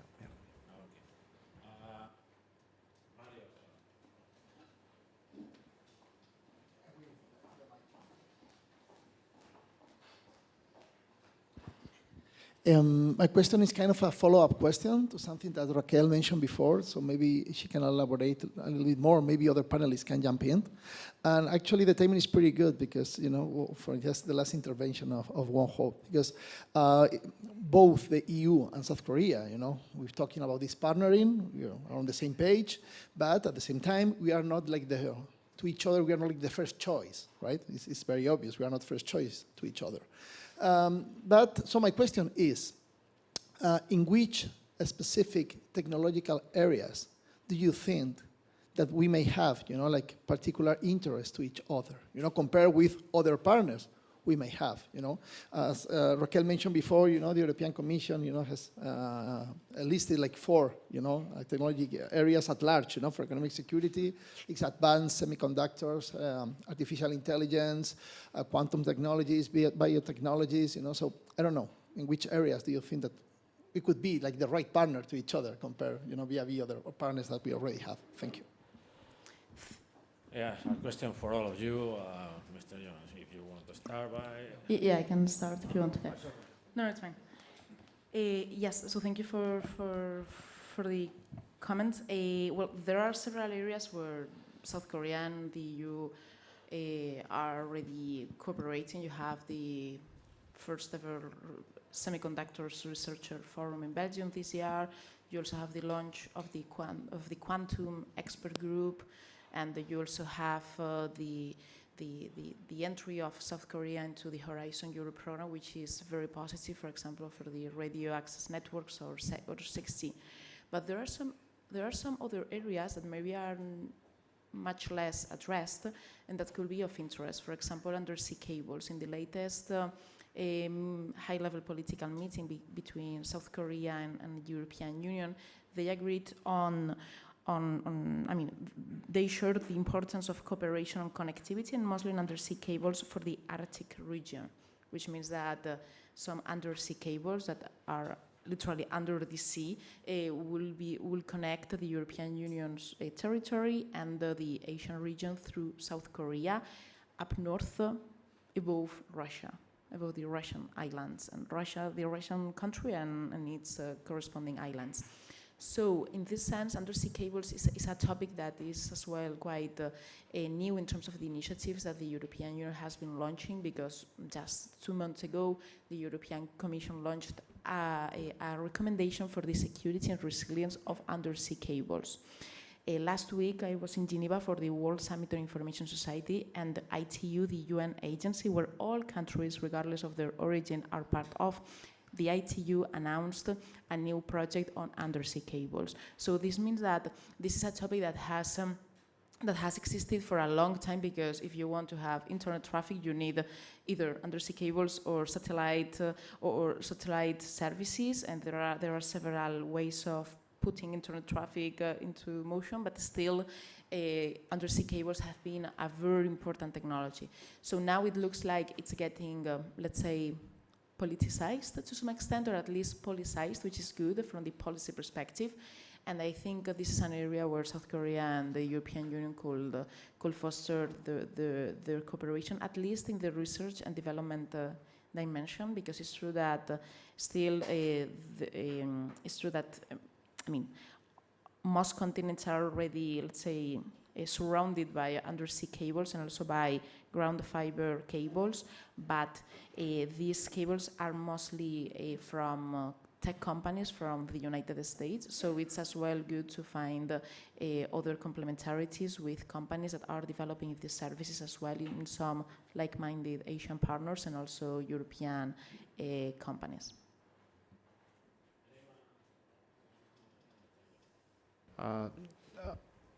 In terms of tech cooperation, I think we have 3 subfields, like R&D, norms or regulations, and also we have standards issue. But in terms of R&D, I can say that last year we also enacted a special act, and that act supports 12 strategic tech areas, and we also chose 50 detailed techs.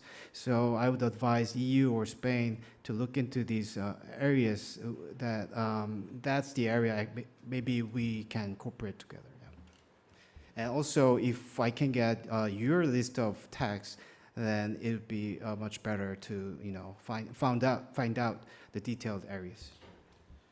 It's noon. We have to stop right now. But before, I'd like to thank all our panelists, Juan Collón, Damián Tusset, Raquel Hawkins, Salvador Pascual, for their analysis and answers. Thank you very much, you all, and also the audience, online person. Thank you very much. There is another panel, and now we have a coffee break. Thank you very much.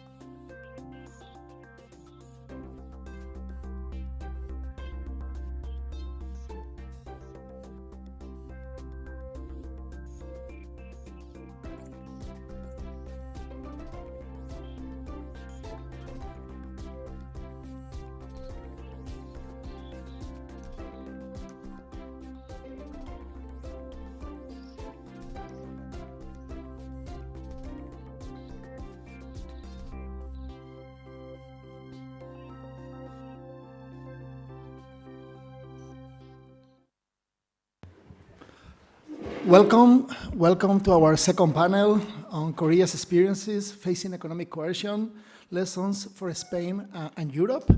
Our first speaker for this second panel is Kim Yang-hee. She is associate professor in Daegu University.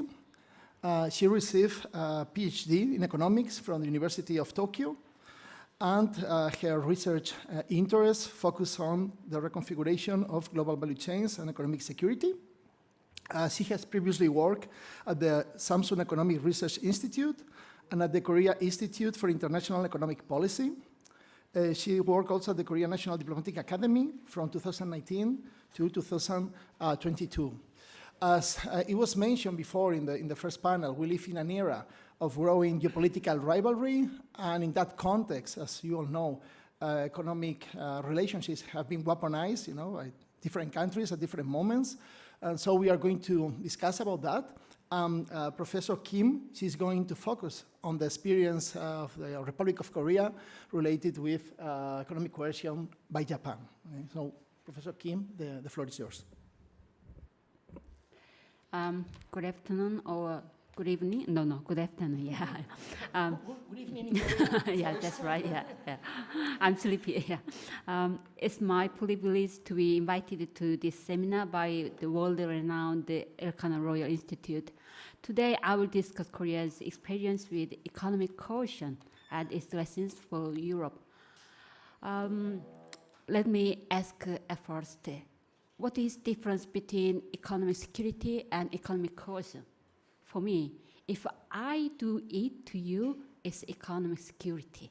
If you do it to me, it's economic coercion. Do you agree with me? Yeah. I mean, it's very subtle, subjective, and very ambiguous, I think. So coming back to Korea's experience with economic coercion, two things come to my mind. One is China's retaliation against Korea in 2016 for the United States deployment of the Terminal High Altitude Area Defense, or THAAD system in Korea, which China alleged was directed at it. And the other one is Japan's tightening of export controls on Korea in 2019.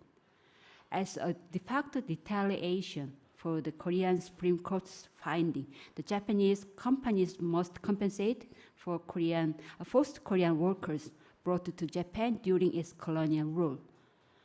As far as I know, the Institute invited me here since I have written a study on this subject. However, this year, just in April, one more has been added to Koreans' experience regarding economic coercion. So, and this is still ongoing issue between Korea and Japan again. So that is the Japanese government's response regarding the company LINE Yahoo's personal information breach issue. And this is a very, very attention-grabbing case, having both aspects of not only economic security, but also economic coercion. So now I'd like to briefly introduce Korea's latest experience a bit in detail because it's quite complicated story. So, and investigate how they affect Europe and all of us in the period of economic security. Simply put, Korea's experience shows how modern protectionism differs from traditional ones, and as well as economic security versus economic coercion. Now, let me explain what LINE is.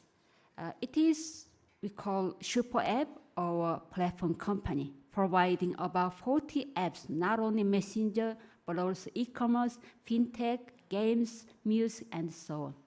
And the users are approximately 195 million people, mainly in Japan and Taiwan and Southeast Asia.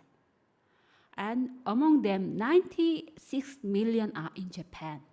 So LINE is overwhelming application in Japan. And moreover, about 460,000 companies and local governments in Japan use LINEworks. It's a business messenger and co-work tool. So as you can see, LINE was very strong and very overwhelming application in Japan. And Line was created by Naver, a Korean IT and AI giant.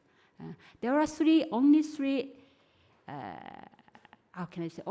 countries with a large language model: US, China, and Korea. So Naver is AI company. And it built the messenger when people in Japan were unable to communicate during the 2011 earthquake. And then now, in 2021, Line became Line Now. Because Line Cell is half stake to the Japanese corporation Yahoo. The main reason to sell its stake was to settle the debate over Line's nationality. In Japan, many people doubt whether Line is Japanese company or Korean company.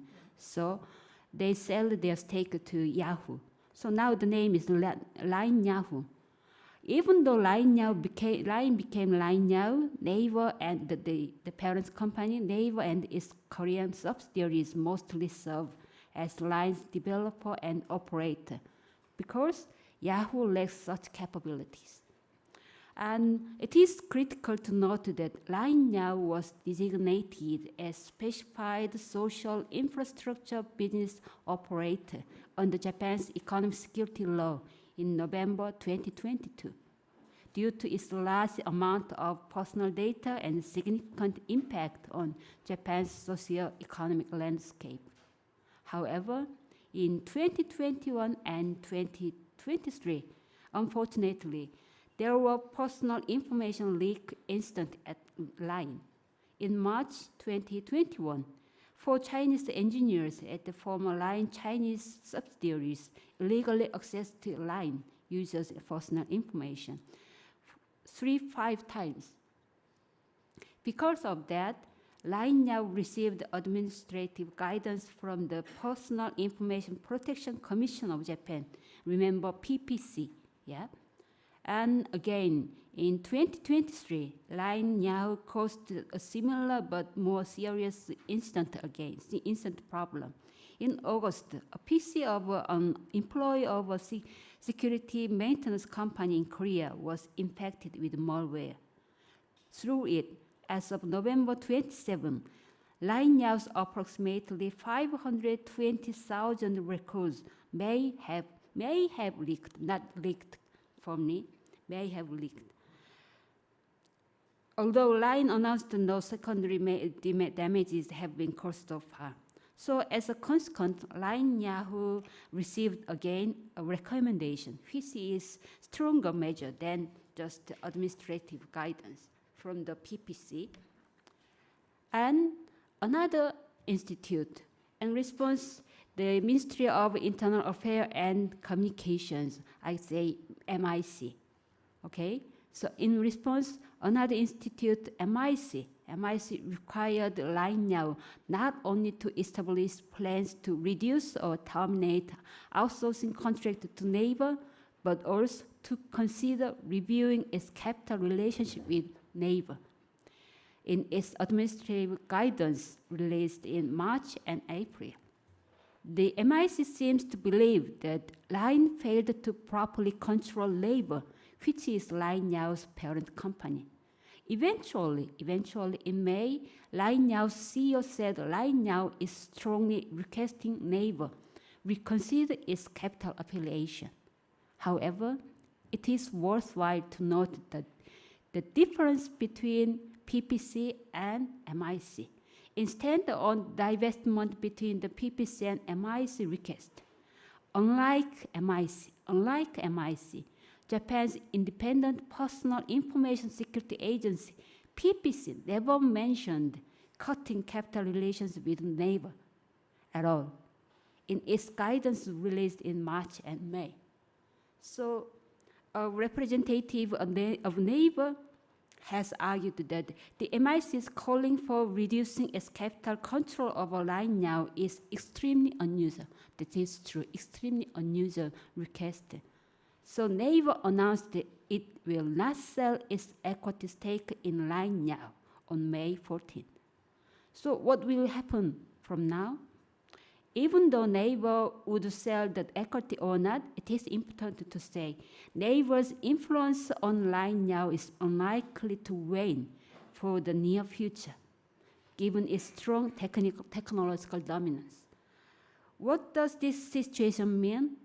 I think it is said that some of the Liberal Democratic Party and right wing in Japan have constantly raised concern over Japan's over-reliance online, as reported by many media outlets so far. So under these circumstances, there are clear perception difference between Korea and Japan. In Japan, the attention was on LINE Now's several breaches of personal information. In this regard, the episode was viewed as a significant economic security threat in Japan. In Korea, however, MIC's demand for divestment of Naver was viewed as extremely uncommon, thereby covering the issue of LINE's security breach, and it was interpreted as economic coercion. Even though Koreans do not use this terminology, I would say that. So I think this is a sort of economic coercion by the Japanese government. So as we see, the same issue was regarded differently in Japan and Korea as economic security and economic coercion respectively. So what is the truth beyond our perception differences? Well, I think I would say both are true. So what do we need to do from now? First of all, I would say LINE now must do everything possible to recover the trust of its Japanese and global users. This kind of incident could happen to anyone at any time, at any country, I think. But second step, I must say that I feel that to address this problem, we must answer the following three questions in order. The first is, how serious was the security issue at LINE Now? The important thing is, under this, the information asymmetry, no one knows the fact itself exactly. And the next is, how effective were LINE Now's security incident preventive measures? I don't know. And the third is, how appropriate the MIC's divest request was in terms of proportionality. So I believe an objective and unbiased study of the facts surrounding this case is urgently needed. The two countries should cooperate for it. And if establishing a consultation channel between Korean and Japanese officials, as well as conducting joint investigations, can serve as a solid foundation for future cooperation. The key issue is to clarify the ministry's intention to request the neighbor needs to sell its equity stake. Why wasn't the demand addressed in the PPC report? We don't know. Does this work as a security enhancing measures? I don't know. So before those questions are solved, I think neighbors should avoid setting a bad example by selling stakes under economic coercion rather than business judgment. But in reality, Naver and SoftBank, the LINE Yahoo's parent company, started negotiating to deal that issue. Even the Japanese government say, well, we do not request strongly capital affiliation, but in reality, they have started negotiating. So to summarize, I will propose some questions for our discussion about lessons for Spain and Europe. We need to broaden our thinking horizons in order to go ahead with an open dialogue on the many significant topics raised by this instance. First, what conditions must exist for it to be referred to as economic security based on the rule of law rather than economic coercion? And next question is, what is the distinction between traditional protectionism and the 21st century one? How far should we allow a government intervention in the name of economic security on a platform company whose main providers are foreign ITC powerhouses? And next question is, what would we do if something similar occurred in Korea or Spain? So to what extent can platform-based data sovereignty and AI sovereignty coexist with open data flow? And last question is, will AI sovereignty eventually lead to market fragmentation differing from nation to nation? Thank you for listening to me.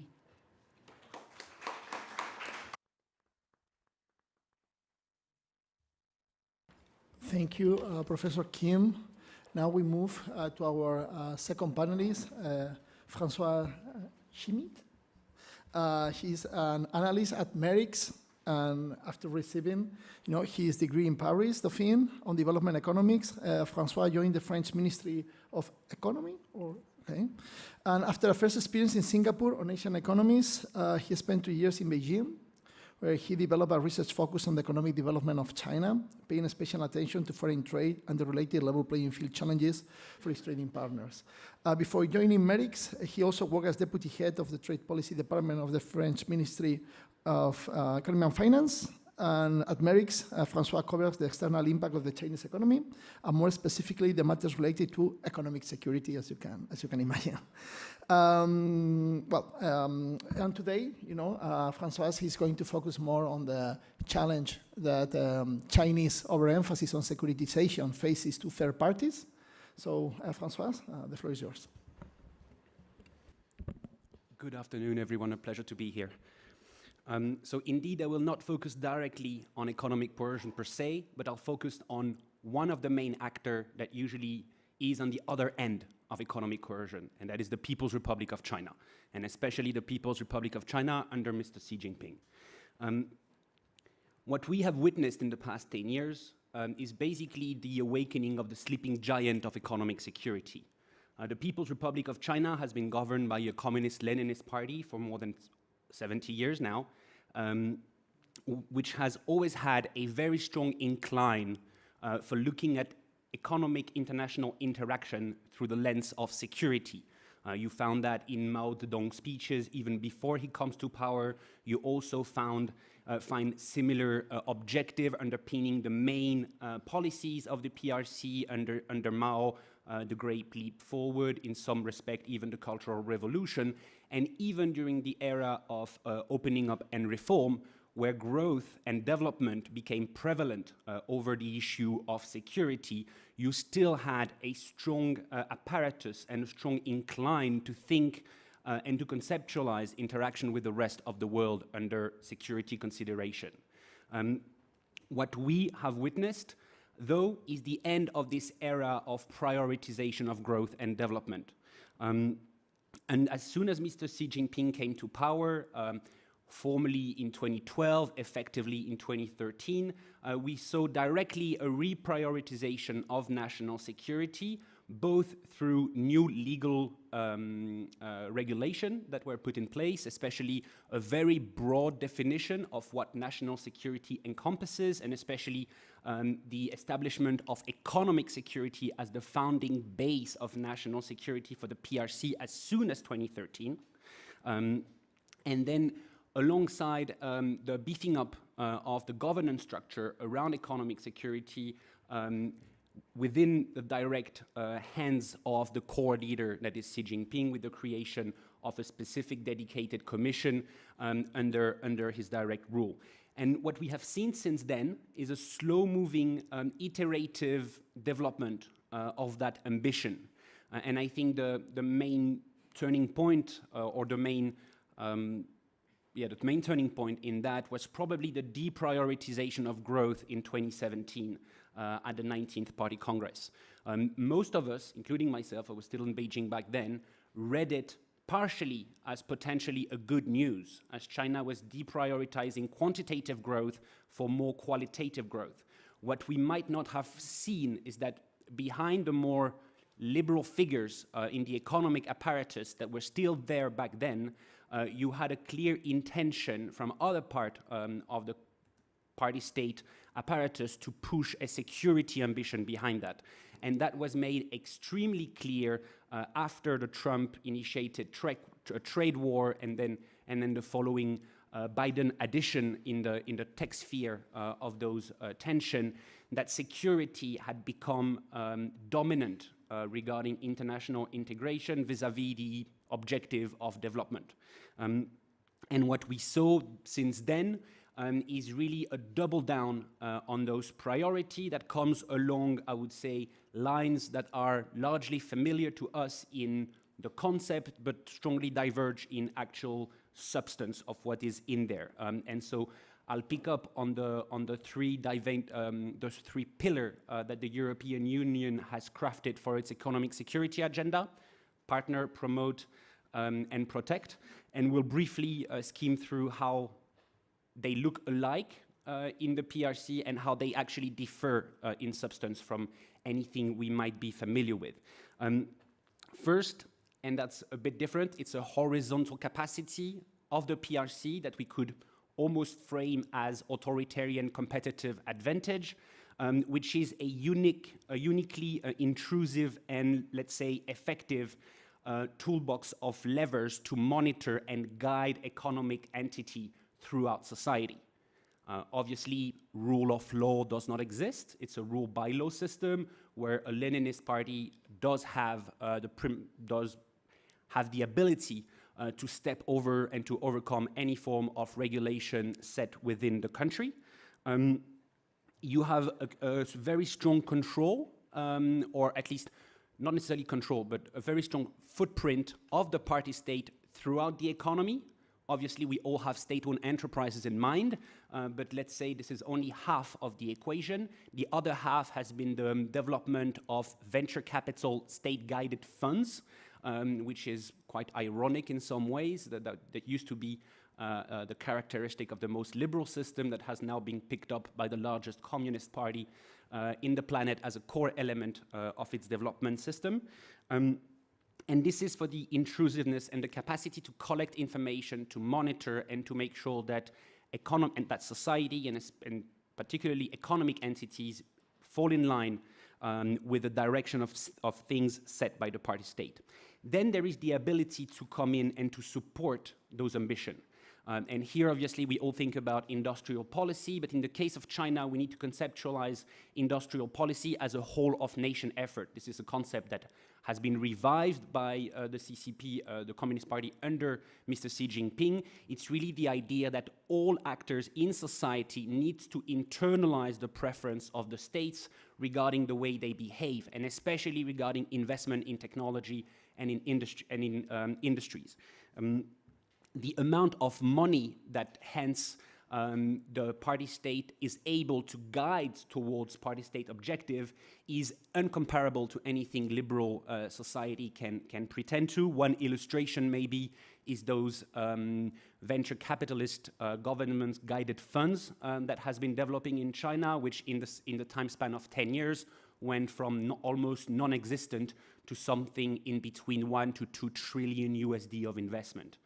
As a stock of investment. On top of that, I mean, alongside those ambitions to support, you've had a very strong effort to beef up the protective toolbox that Beijing has at its disposal to protect what it's deemed to be its national security interest and especially its economic security interest. You've seen a very strong reinforcement of their export control regulation, which they have used, that has been previously mentioned, on some critical raw materials. But throughout the board, you've seen an accumulation of national reserve that has been expanding from initially food to now raw materials and potentially tomorrow to strategic industrial inputs. You have seen a very strong tightening of the framework around cross-border flow of information and especially outward flow of information and capital. I know the US have launched a discussion on outward investment screening. It's often rarely mentioned that China has been having an outward investment screening for more than a decade, which is well established and well in place, which is a bit different, by the way, because it focuses on large investment rather than small investment. But you've seen that across the board, also on data export, also on outflow of researcher, of outflow of patents, and a broader development of secrecy around the efforts of science and technology. The entire governance apparatus of public policy on science and technology has now fall below the radar. They do not publish anything anymore. We don't know their plans. The plans are no longer published, contrary to what used to be the case 5 years ago. Alongside that, China has a very unique partnering agenda around the Belt and Road, let's say, that is much more transactional than is the traditional approach of more liberal democracies in that regard. So basically, China provides an all-in-one offer when they come in potentially with the financing, the demand, the logistics, and the actual company to build this entire connectivity structure or mining capacity, which does not come without issue, by the way, as we are seeing it with the development of the struggles around international debt restructuring of developing economies, often the ones that are very close economically from the People's Republic of China. And on top of it comes, let's say, a fifth pillar that is also unique to China, or can be debated, I guess, with the United States, but it's certainly not something us European and our Eastern Asian partner are accustomed to, which is an offensive capacity. And obviously here, we are all thinking about the Chinese practice of economic coercion, and I don't think I need to delve into that too much. This is something we have well in mind, but it goes beyond that. China has very most likely a uniquely comprehensive effort to get foreign technology and foreign economic intelligence in an ambition and through means that are not the one we are familiar with in liberal democracies. I know it's often pinpointed as a narrative talking point from the United States, but if you take the last declaration from the head of the intelligence community in France, in Netherlands, in the UK, in Germany, they all state that it's a never-seen-before endeavor by the People's Republic of China to actually obtain through non-commercial ways foreign technology, foreign know-how, and foreign information related to economy. So you can pretend all those people are being fed by US narrative. Still, they are institutions that provide us with such type of information, so we at least need to take that into serious consideration. Now, to come back to South Korea and to conclude, I think from a European perspective, even though there is a strong divergence in the size of our respective economies, there is a lot to learn from South Korea. I've painted a very dark and bleak picture of the challenge we have in front of us regarding the PRC and economic security, but the reaction of South Korea has been extremely agile and pragmatic regarding that very dire challenge, at least in my opinion. It is one where obviously the question of decoupling has never been part of the conversation. Obviously, because of the integration of a very open and geographically located where it is economy that South Korea is, but it's also it's also a reaction that is, let's say, complex. And you do walk the walk of raising up to the challenge at the same time as you still engage with China, because in many ways you need the PRC economy for your own system. And I think having this capacity of being both agile and complex in your reaction, when you are an actor that has constraint, and that's where we have similarities and that's where we differ with the United States, is, I think, has strong informative values for the European as of how to react to the economic security challenge posed by the PRC.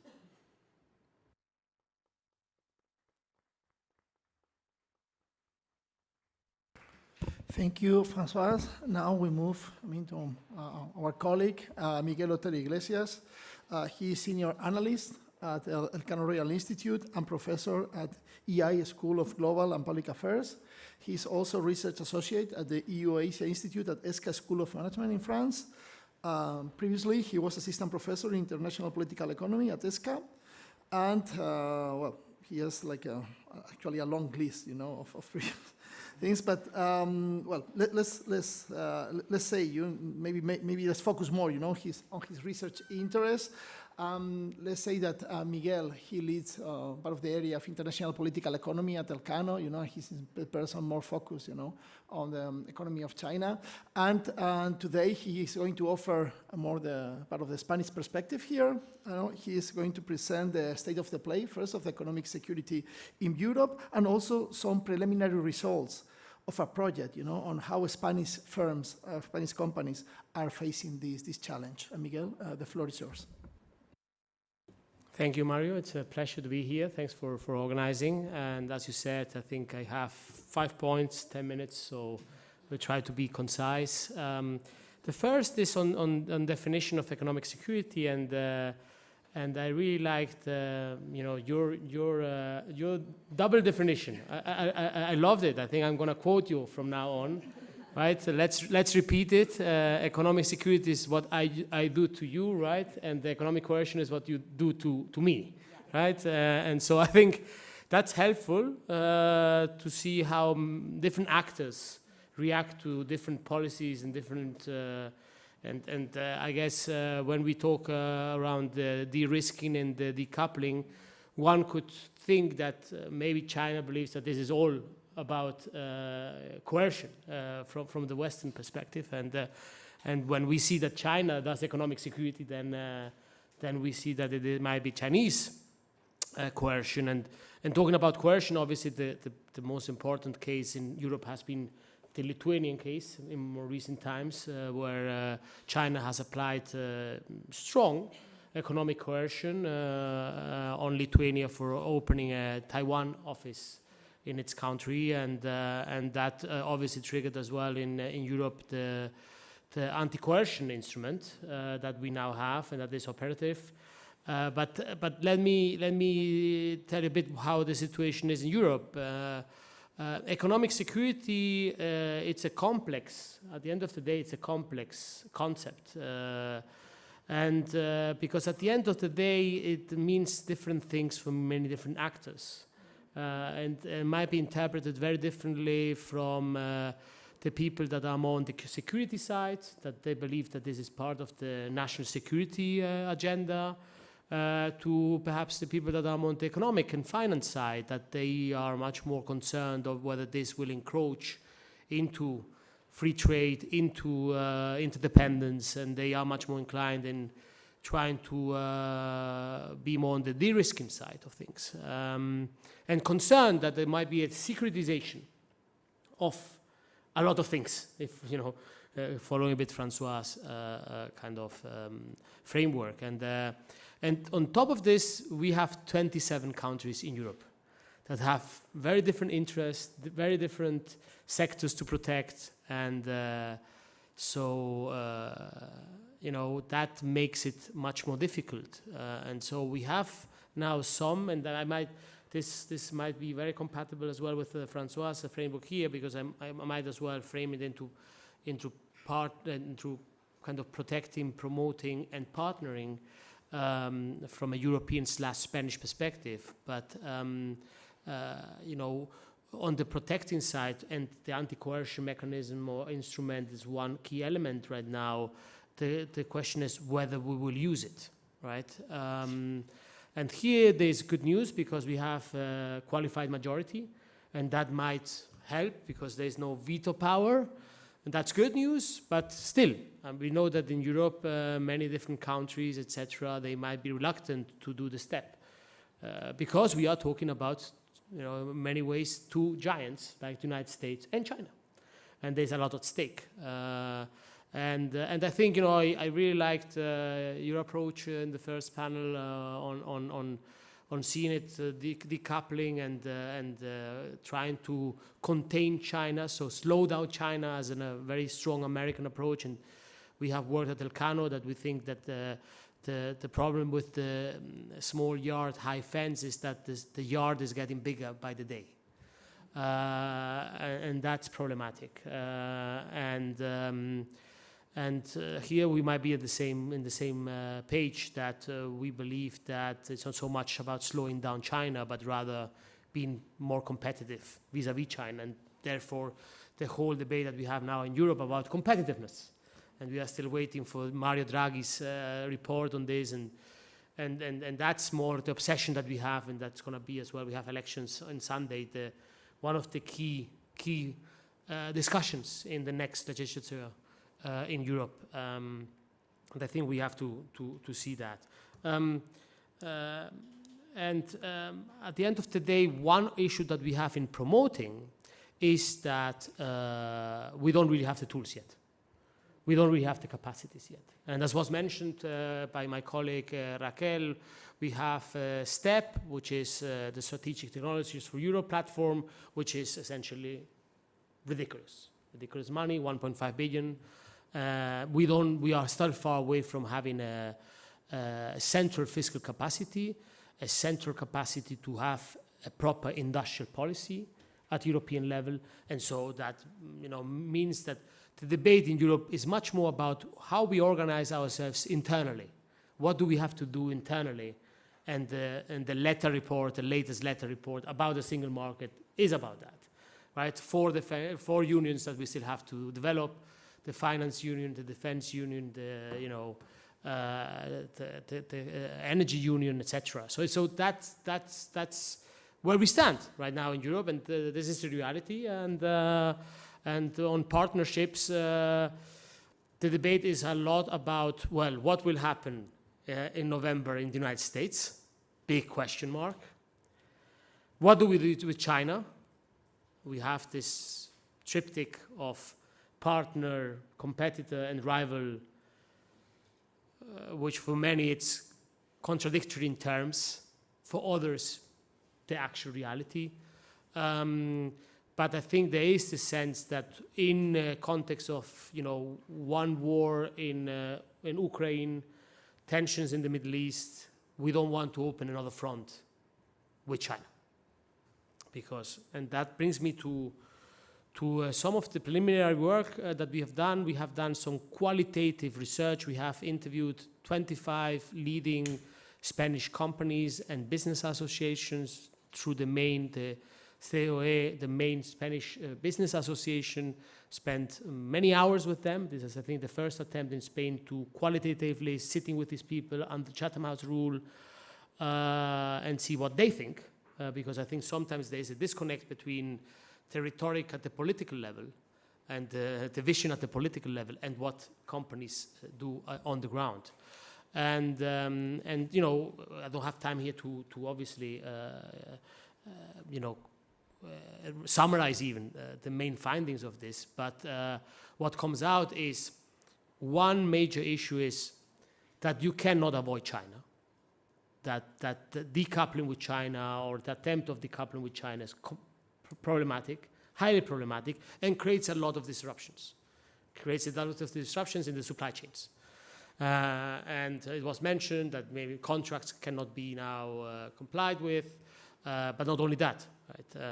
I mean, in the green technologies and the green transition, there's clear dependence on China and to reduce it. And I liked your second point, I think it was, right? Diversify, which everyone is into it, and all these companies, they try it, but it is slow and costly, right? And I think that brings a lot of trade-offs. And then, a lot of the worries you talk about with these companies about economic security, about strategic autonomy, etc. And a lot of it is we have over-regulation and too much red tape in Europe. And that, so it's not so much about security, it's about, look, we are losing competitiveness because, of this drive for green and social etc. conditions in Europe and Next Generation EU, which is in many ways an embryo of central fiscal capacity. Let's be honest here. I mean, Next Generation EU is industrial policy, European industrial policy. It is about having public resources to improve, to make your countries, as it is mentioned literally, to reform them and make them more resilient. And this is an extreme exercise of handling bureaucracy. And obviously people refer to the IRA and how the IRA is much more agile, much more easy to navigate, fiscal breaks, etc., that they are They are kind of just easier to do. And so I think that should be there and mentioned. Another things I think Felix mentioned it this morning are structural elements, right? Apart from that, European Union doesn't have this fiscal capacity, and we really need an industrial policy, and this is coming from almost all of these companies. Consolidation and telecommunications in the letter report. I mean, here we have certain in banking where Spain is strong, telecommunications, banking, energy, all where, you know, the Spanish companies are there. There is no proper union, and so a lot of complaints on that side, obviously. And then talent in STEM. Not enough talent in STEM. And not capacity, a lot of times not enough capacity to attract or retain that talent, right? So here, you know, but there are some, you can see the glass half full as well. From a Spanish perspective, there is a sense that nearshoring will help, bringing back some of the production here. The greening of our economies will help Spain. Spain might be in a paradigm shift, but in a structural shift for being a net importer of energy, of being a net exporter of energy, and that brings a lot of possibilities. Hydrogen is seen for a lot of these companies as the future, and Spain is well positioned in that regard. Spain has, in a way, infrastructures for our Korean friends that have now come, and some of them the first time in Spain. Infrastructure, quite a lot of talent in many ways, you know, quite competitive labor markets because of their lower wages. It has a global language. It has the geography, you know, a middle point between Europe, Africa, and Latin America. You know, we have done some work in Elcano as well, that Spain could be, you know, some sort of maybe bridge or broker is too much of the same, but it relates a bit better to the global or the plural, as we call it, the plural South than perhaps other countries in the West because of the geography and the cultural links, not only with the Middle East, but just generally. When I go to China, I feel that many times, you know, the Chinese don't see us as you know, this hardline Westerners as they maybe see others. And I think, you know, generally the feeling is that public-private partnerships are the key. I think it has not been mentioned enough in these panels, but I think the countries, and perhaps from Korea, we can learn much more on this.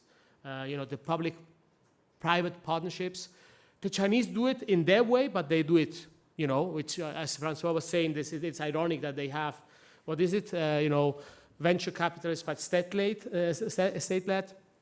And look, you know, on, for example, financing, we have a failure. We have a market failure in Europe, right? We cannot get enough funding for a lot of startups, right? This is a market failure. How to address it? Some say, well, we need to create a capital markets union. Creating a capital markets union is complicated, I can tell you. It will not be done very quickly. And so I tell a lot of people, look, if the market does not provide it, maybe we have to have public resources doing it. I mean, the Nordic countries that for a lot of people are the reference in all these areas, they have strong, you know, public funds that provide funding for the startups. And this is, you know, they are not communists, they are not Chinese, they are Europeans, and they work quite well, you know, in the public and private partnerships. And in Spain, I think that's something that needs to be done, especially the collaboration between universities and the private sector. So, you know, for example, in hydrogen, I think we do 3.5% of all the articles in the area in hydrogen, 3.5% of all the, which is quite high for Spain, and 0.5 of patents. So there's a lot missing here, from research to actually commercialization and patenting and getting, you know, as was mentioned in the first panel, from the lab, from 0 to 10, from the lab to the retail or the commercial industrial element. And I think I'll leave it there, and happy to you know, respond to questions and continue the conversation with our Korean colleagues.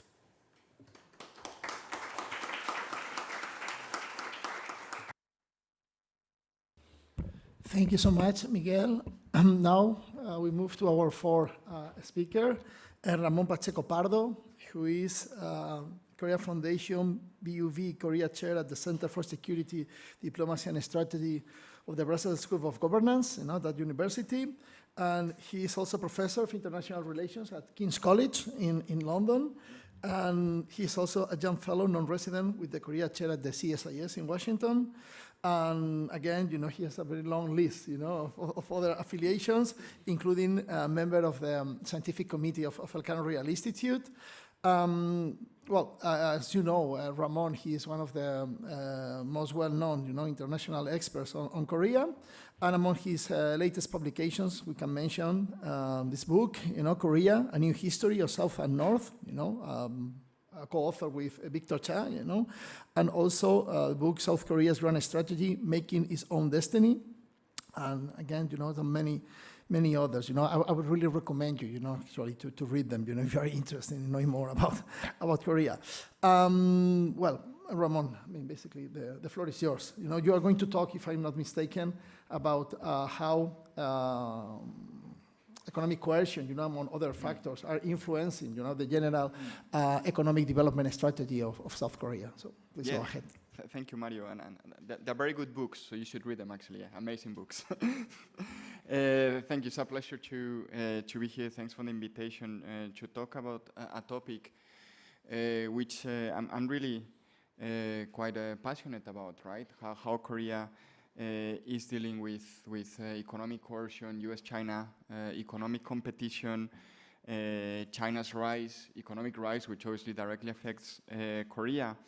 And I'm going to base my presentation partly in the second book that you mentioned, but also another one that is coming out later this year, together with a colleague at King's. We're looking at how Korea, Japan, Taiwan, and China, the 4 countries, how they are working on innovation strategies, right? So it's a book that's coming out after the summer. So the starting point for me is that Korea has a long-term strategy, and this goes back to, I'm going to touch on a couple of points that Miguel made, because I think they were very interesting for the case of Korea. But I think it does have a long-term strategy that actually survives changes in government, which is always beneficial from an economic policy-making perspective, that you don't see fundamental changes as you may see in other countries.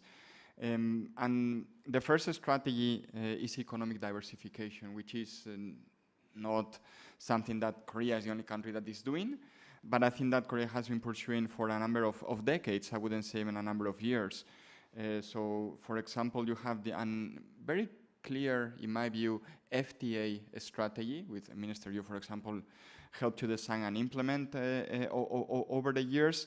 That is not new. You can trace it back really to the late 20th century, early 21st century, right? When it was clear that the US, the European Union, were starting to look at regional FTAs, bilateral FTAs, and Korea realized that maybe this was the way to go, that maybe the WTO was not going to work in the way that many assume in terms of trade liberalization.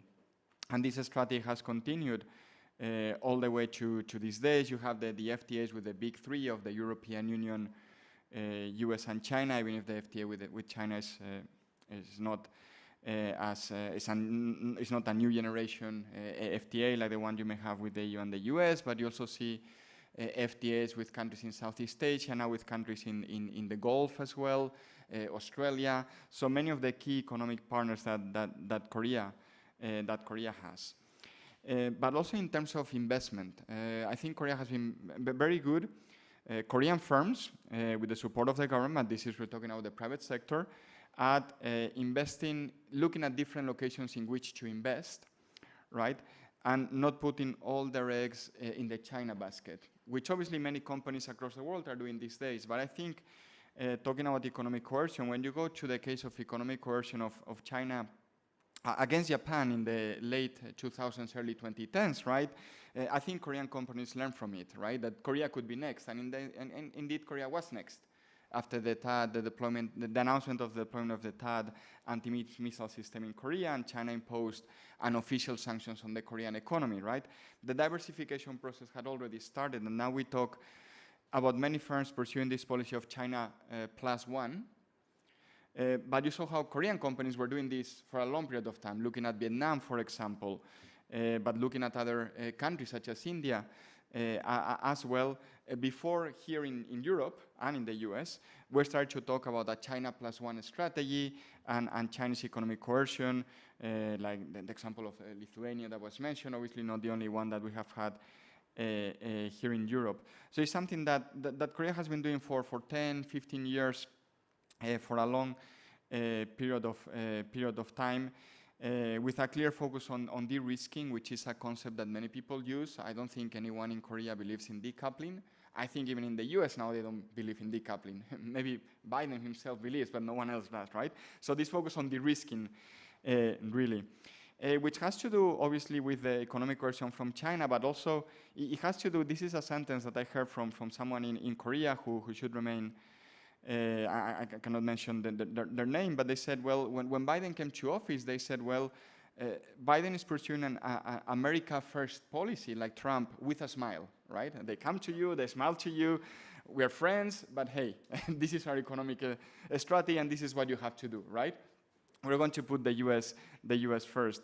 And I mentioned this because economic coercion, obviously we normally focus on China, but it is true that many, and I think in the first panel was mentioned, right, many in Europe, in Asia as well, not only in Korea, of course, but other countries such as Japan, they also feel that the US is putting pressure on them to pursue a certain economic policy. And one last point about this economic diversification. Something that I found very interesting always about Korea is how it had tried to look for different sources of inward investment, right? China has never been one of the major investors in Korea, right? US, Europe, actually the EU as a whole is the largest investor in Korea, but now you see Southeast Asian countries investing in Korea, but together with a former student of mine who is Colombian, actually she's back in Colombia teaching there at university, right? She's looking into the Pacific Alliance, how it is looking at investment into Korea as well. So not only Korean investment into the Pacific Alliance countries like Colombia, Peru, or Mexico, or Chile, right? But also the other way around. So looking at this diversification to the extent that last year Korea had record inward foreign direct investment, which is quite interesting because it's not somewhere where you go for the cost competitiveness anymore. That's not what happened in Korea, right? You go for the talent that was mentioned in a couple of the previous presentations, for example, and the technology. Second point that I wanted to make is the investment in research and development. And this touches directly on the book that I mentioned that is coming out later this year. And this touches directly on a couple of points that Miguel made, actually. The public-private cooperation. My co-author and me, we published this article in Foreign Affairs, I think 3 weeks ago, so not long ago, looking at Korea and Japan when it comes to this open innovation system and how you see startups being embedded in a system that also involves the government and the big companies, right? And that's what I found very interesting about the Korean case, similar to the case of Japan, that the chaebol are going to be there no matter what, right? So you have to work with them. It's as simple as that, right? And you have seen successive governments bringing the chaebol together to work with these startups because they realize that this is how the Korean economy works, right? We mentioned this because this goes against the Silicon Valley model, right, in which you have new startups that are going to displace the existing incumbents, right? And we had this very interesting discussion with a government official in Seoul who told us, why do we bring startups to go to work together with the chaebol? Well, because we don't want the chaebol to become the next Motorola or the next Nokia. Companies that were very competitive, very innovative, and they were left behind, right? Because at one point in time, remember the oldest of you like myself, right? We always used to have Nokia mobile phones here in Spain, right? And now, is Nokia doing mobile phones anymore? We don't even know, right? Same with Motorola, right? If you go to the US, everyone used to have a Motorola mobile phone, right? And I found that very interesting. That was the thinking behind it, right? That startups are good and bringing this innovative DNA into chaebol. They already have it, of course. They already have their own innovation units. They already innovate. But they may be they may be missing some new technologies, new markets, right? And these startups can actually work with them because this goes straight to the point that was made about the importance of public investment in innovation. It's crucial, right? And I think in Korea this is very much recognize, including on talent that a couple of the presenters already mentioned, right? So you may have seen recently this very interesting graph in the Financial Times. They were looking at AI engineers, right, in which directions they were moving. And Korea was one of the very few countries that had more engineers coming into the country than leaving the country. Most countries, right, were actually losing engineers, especially to the US, right? Many were going to the US. Korea, I think Taiwan was another one, and I think Germany and Europe were the only 3 countries, right, that were actually getting more engineers coming to the country than actually going. And as part of our research, we actually asked engineers, why do you move to Korea, right? Because it's not, you mentioned the advantage that we have in Spain with the language, right? In Korea, you know, you have to know the local languages. You can work in English, but you know, it's not the same if you want to live in the country. And they were talking about the opportunities that they had to be innovative, because Korea is at the frontier stage in many different technologies. So intellectually, they find it stimulating. Other than the salary, which is very good as well, as we said, money matters. But also, they find it stimulating to work in a country that is at the frontier stage and is actually working for the country. Many of them second-generation Koreans, Korean migrants, so Korean Americans, European Koreans, that actually see more opportunities in the country that the parents left because it was a poor country, right? So they decide to go back. And the last point that I wanted to make is the more geopolitical point that I think was mentioned in the first panel. I know you've been working a lot on this, Korea's participation in multilateral networks, right? And how Korea has to be part of these networks, because otherwise it would be left behind by others, right?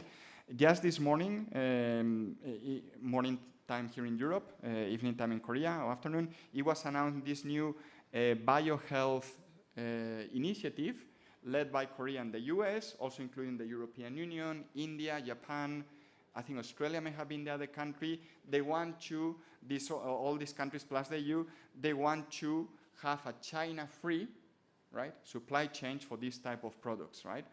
Why do I mention this? Because this was an initiative that actually came from Korea. In the past, Korea used to join, right? And then there was a joint statement between Korea and the US a few months ago, in which they say, well, why don't we focus on this initiative? But Korea and the US cannot do it by themselves. Hence, they have to bring India, the European Union, Japan, and others, right? So I find this interesting because Korea used to join other initiatives. Now, Korea is coming with the, Korea used to join initiatives. Now Korea is coming with the ideas about what initiatives we might bring together. And this obviously includes working with European countries and the European Union. So 2 weeks ago, we had the AI Regulation Summit, right, in Seoul.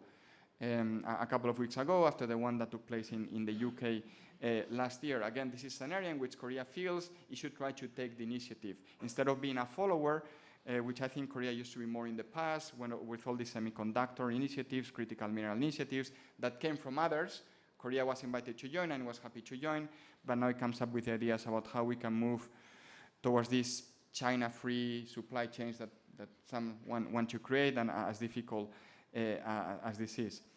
So my final point, I think what you see is Korea's adaptation to an area of economic security, industrial policy, economic nationalism, but I think this adaptation for Korea is not new.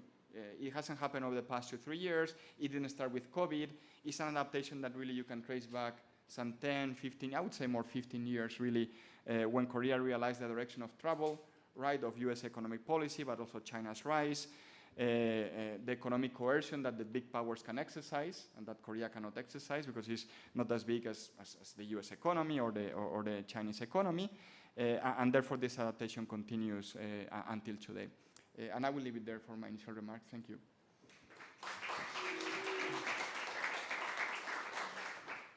Thank you so much, Ramon. And before opening the floor for questions of our audience here, I would like to remind our online audience that they can also send questions, to the following email address, which is actividades@rielcano.org, right? If I'm not mistaken. Yeah, I'm not mistaken, so that's it. Maybe next time we should put the email address over there. Okay, so who would like to break the ice? Who would like to break the ice? No? I think. Yeah, okay, please. Good morning. My name is Ivan. I'm from the Autonomous University of Madrid. Thank you, everyone, for your excellent presentations. My question is about, so until now we had a consensus, or more or less of a consensus, of what liberal democracies wanted to, what is the objective, right? Free market, or free trade, or many others. Even in the aspect of democracy, democracies have a shorter, like, foreseeing, shorter than other planified economies. So the thing is, what I'm seeing here is that because of this concept of economic security, we're going back. We are not promoting free trade with everyone, which was one of the main points of the liberalism. We are not, because we want stronger industrial policies, we are not fostering internal free market, not as an objective. We are like going back on the free market. We wanted an industrial policy, a strong industrial policy for a longer term, which go against of this mentality of most democracies, not the Asian democracies, because Korea and Japan are more long-term focused, but for example in Europe are more short-term.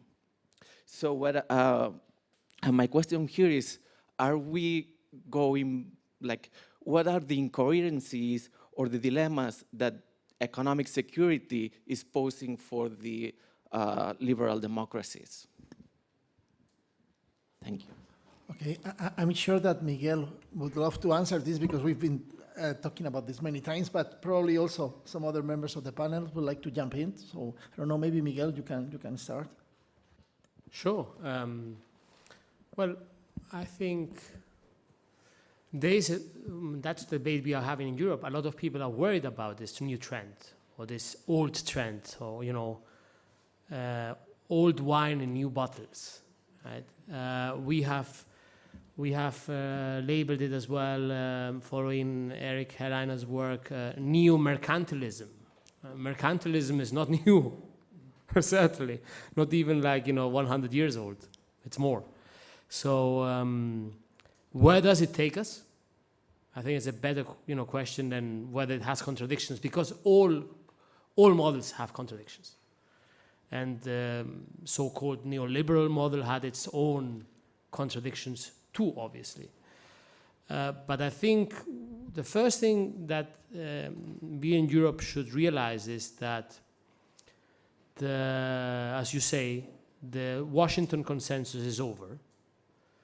From the IMF to the Biden administration, they told us so.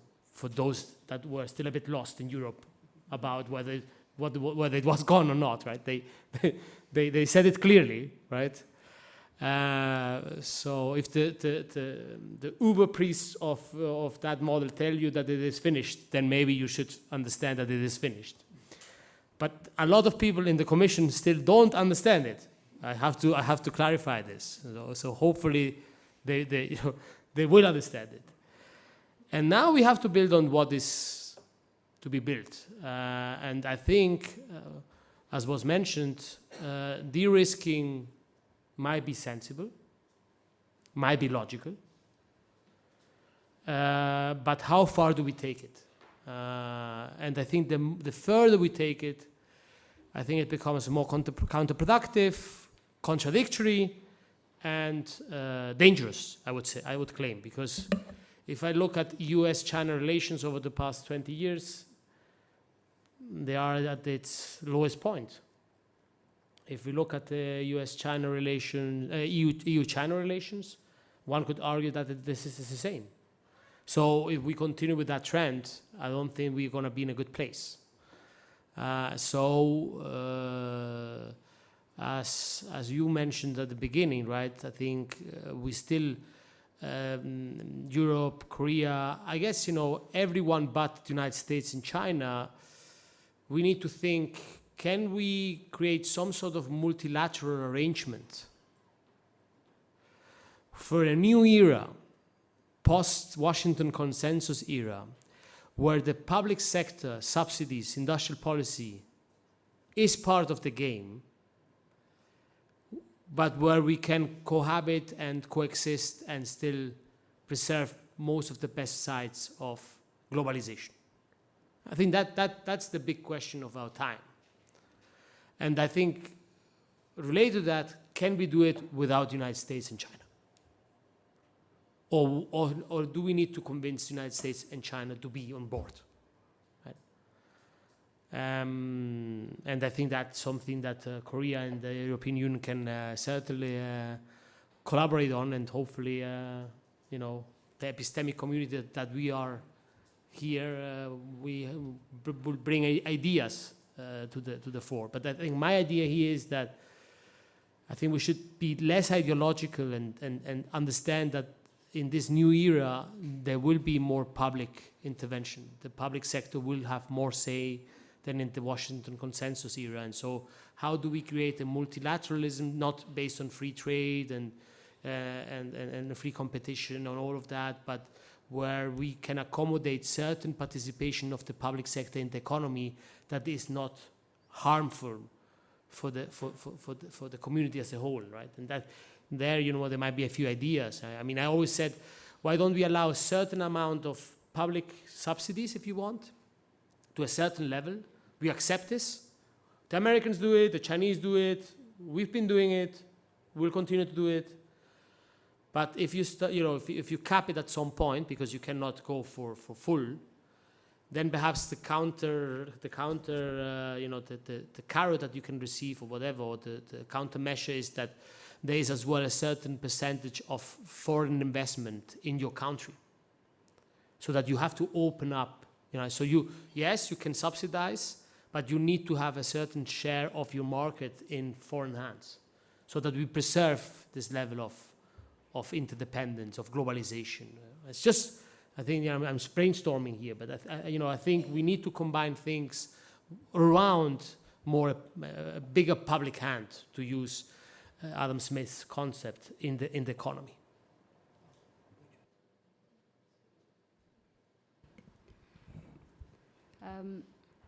The case I mentioned about Britain and Korea is very unique and very new phenomenon regarding data protectionism, not just protectionism regarding commodities or service or investment. So this is a very unique and new phenomenon, I think. And then I want to say economic security cannot be excused to hide protectionism or nationalism. So in that sense, we need to discuss about how to make the economic security by rule of law. Otherwise, it could be just economic coercion. Whether we are like-minded country or not, it doesn't make sense. So I think in that sense, we need to talk about how to make the foundation to make it by rule of law. It is very important and urgent issue for us, I think. Yeah. And following on that point from a tiny bit different perspective, I think as part of economic security, we also need to acknowledge, especially us Europeans, that we have gone out of the period of value-based international relation. Previously, we set regulations, and then we say we don't really mind about the outcome. The state, the public authority is just a regulator, and the market decides. Whether growth happens in Africa, in the US, in Europe, this is not a problem. This is the result of the market. We have to acknowledge that nowadays we are more focused on an output perspective regarding globalization. We, at least especially the US, have made clear that they don't want China to overtake in what they call foundational sector. And that is an objective that oversteps any value-based perspective regarding globalization. Typically, it's a question that in Europe we have failed to even address. I mostly follow France, Germany, and at the EU level. It's a question that is not even familiar to us. How comfortable are we with the fact that potentially a completely non-liberal, authoritarian, and potentially sometime with vibes of totalitarianism, state could control or could have the upper hand on technology that decides the productivity of your defense industry and more globally of your economy. Are we okay with that? Are we not okay? If we're not okay, what do we do to prevent that to happen? Those are questions the Americans have responded to. We can criticize the response and especially the operational implementation or the operational outcome of their response, but this is a question we have not responded to, and I think we're still really attached to this value-based globalization that no longer exists. And the other dimension that is strongly connected is the fact that the return of economic security is the return of the political value or the geopolitical value of products. When you export 1,000 euros of luxury bag, it does not bear the same geopolitical value than 1,000 euro of semiconductors. And from a financial market perspective, it does. But the problem is the market does not internalize geopolitical costs. And so there needs to be a form of return of the state in order to re-internalize those prices, or to make sure at least the market deficiency in that regard does not put us in a very weak situation. And to illustrate maybe one element, over the past 10 years, the European Union has been more of an agricultural and luxury good exporter to China, what China in the meantime has been more of a provider of industrial inputs to the European Union. If we extend those trends in 20 years, how comfortable would we be in terms of power balance in our economic relation with China? And unfortunately, those are questions that I think, even conceptually, we are still struggling, us Europeans, to approach and to eventually, in the future, address. Yeah, I'll add one point on the, because you mentioned economic security. So in Brussels, we have a project with NATO, actually, on NATO AP4 cooperation, right? Especially Korea, Japan, Australia. And so far, we have focused on cybersecurity, we have focused on nuclear issues, and we have focused on new weapon systems, right? But now NATO has told us they want to expand the project to economic security. And this is NATO, military alliance, right? Fighting a war, so supporting a country fighting a war against Russia, right? And even NATO is thinking, okay, we need to discuss economic security and how the NATO members, obviously including the US, can work together with the AP4 countries, as I said, especially Korea, Japan, Australia, right, on economic security matter. So it goes back to the point that a couple of you made. We're really far away now from economic liberalism and the Washington Consensus, right? When you have a military institution saying we need to discuss economic security, obviously focusing on China, as you can imagine.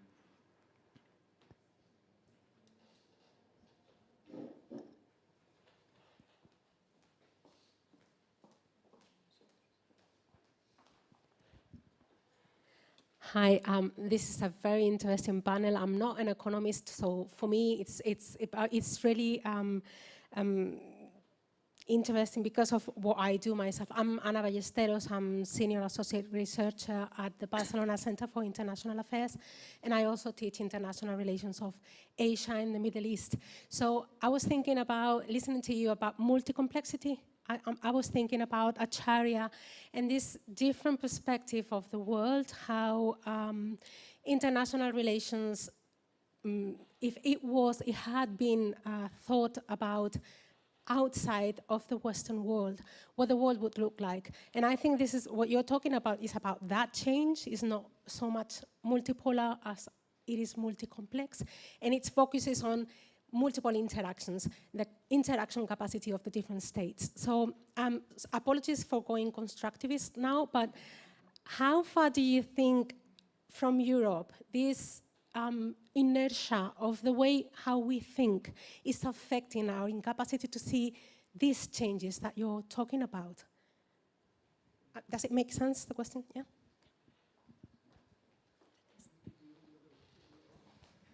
Yes, sure. No, it's a really good question. I have to say, I think in Europe we have changed. I mean, if you go back 20, 30 years ago, it was still this idea that Europe is above, we are more modern, and we're going to guide others towards a European model. And very clear in Asia, right? So ASEAN is going to become like the European Union, the classical example. And frankly speaking, I don't think that's the case anymore. If you talk to EU officials and officials from different European countries, never mind experts from different European think tanks, the thinking is very different. Maybe multi-complex world, as you say, maybe multipolar, but it's much more based on a give and take process, right? And in Brussels, we see that, I mean, in my case, I work a lot with Korea. We have also a Japan chair, a colleague of mine, he works a lot with Japan. We see it a lot when it comes to, in my case, my interactions with European officials when we talk about Korea, right? It's really much more based on what can we learn from you, what can they learn from us, what can we do together, what are the differences, and in the past it was very much based on EU-Korea FTA, right? These are the standards that Europe has and Korea has to take them, right? I'm oversimplifying, but that was the thinking, right, in Europe. And I don't see that, I honestly don't see that anymore. We have a EU-funded project on the implementation of the digital partnership with Korea, Japan, and with Singapore. Singapore is the other country, right? And this project is very much based on, okay, these are the standards that we have in Europe, these are the standards that you have in Korea or Singapore or Japan. How are they similar, how are they different, how can we work together? A little bit going back to the question that Miguel had about this is not the US, this is not China, we are different, right? So what can we do that we can also influence the big two of the US and China? So in my view, I think we have really changed, we meaning Europeans as a whole, but also including officials. I mean, you have someone next to you who has been leading on this, right, in the case of Spain. And when you talk, when the crisis matters in Spain, it's very much a give and take process as well, and not so much telling Korea or Asians what they should be doing. I think, and that's going to relate with what has just been said, we have to re-enter mentally and in practice the question of power politics. And indeed the fact that as European, we not only defend value that are related to enlightenment and to the greater good for the entire world, but we defend our interest as well. And those interests, those values can be part of our interest, and that's probably a EU specificity in that regard in some ways, but we have to acknowledge that. The issue then comes, this looks very simple and very nice, the issue then comes that we are 27 sovereign nations with different interests. And so typically when we protect one industry or we support one industry, we know de facto that the geographic distribution within European member states will not be homogeneous. And so then comes the question of our ability to organize and to bear cost for the others. And I guess in that regard, at least on the defensive side, we have made great progress. Our trade defense instrument, our anti-foreign subsidy regulations give us as European the capacity to collectively defend our interests, potentially at the detriments of a specific member state. The latest example of solar panel company, Chinese company in Romania is detrimental to the direct financial interest of the Romanian taxpayers because they will need to pay more for their solar panel. But there seems to be at least some traction in that regard. And maybe to also double down on this, still on the fact that this process is ongoing. You have had someone who has been long identified in Brussels as the last stronghold of the old way of thinking, which is the DG of the DG Trade, Mrs. Sabine Weyand, who has in her speech 2 weeks ago acknowledged the fact that we need to reorganize development finance in Europe, not only to pursue development per se for the sake of development, but also to combine that with our interest to secure our value chain and to secure strategic partners. And I think this is a good embodiment, a good illustration of the evolution of the mindset that is ongoing and that we need to continue to operationalize. One caveat to that is the question of our capacity. Will the French public opinion, will the Italian public opinion will accept tomorrow to pay cost for a greater European interest that is directly located maybe more in Netherlands tomorrow or in Finland? And that is a question mark because our liberal societies are becoming less and less capable of allocating costs for the support of the greater good. And in the case of Europe, it's even more difficult because we are not a nation state.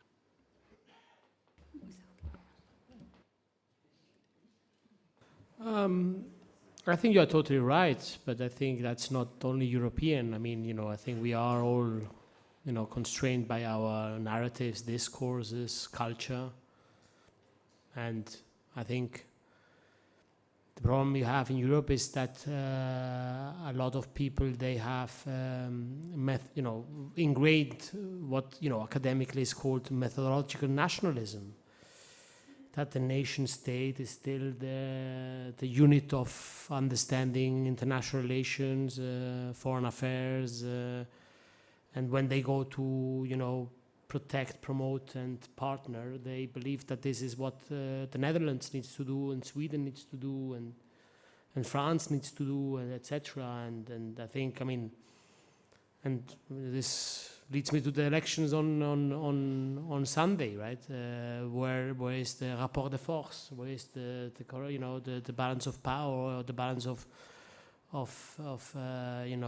majorities there? How many want Europe to integrate further and be an actor in the global affairs more and more, or those that believe that the solutions are at the national level, right? And I think that's where we need to convince those that believe that the national approach is the right one, that they are wrong. At least one more question, maybe two. Okay, so first, Raquel, and since we don't have much time, I think we can take Raquel's questions and Wonho's question together, right? And pass it to the panel. Thank you. So I just wanted to pick up one element that you have raised during the panel, which is this.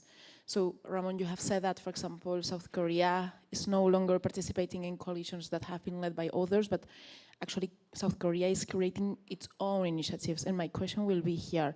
We have seen lots of initiatives, for example, the Quad, the AUKUS, this Alliance on a China-Free Biohealth Supply Chain initiative, different initiatives. So actually, how can we assess the actual impact of those initiatives? Because now it looks like, due to this re-globalization or lack of globalization, everyone is trying to partner with like-minded countries or colleagues that are of mutual interest. So how can we assess that actually these initiatives have an impact? And beyond the impact, how do you think South Korea is influencing in other countries' behavior? Because this could be as well an echo chamber, as it happens as well with the EU, with the US, and so.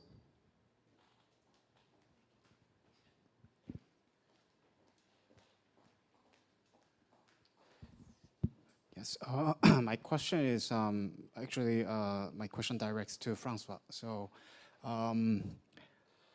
it's a little bit related to the previous question, but today we talked about open strategic autonomy, but it is about you.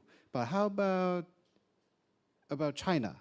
What is EU's China policy? My question, actually.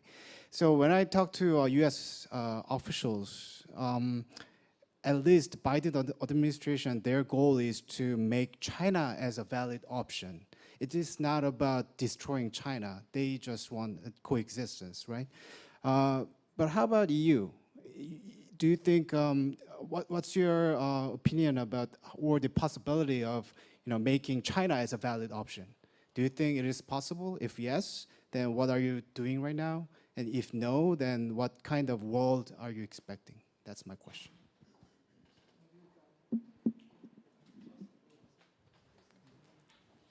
I'll only stick to the latest question because it's big enough. And that's strongly related to the point I was making regarding the fact that we do not address some of the questions the Americans have responded to, and especially the one of how comfortable we are in a world where China is dominant on some strategic defining sectors. And this is a question we have not addressed for some of the mental inertia that we have, I guess, regarding our past preferences, but also because we are happy not to address it, because we don't want to open the Pandora box within the EU, because we are 27 nation state.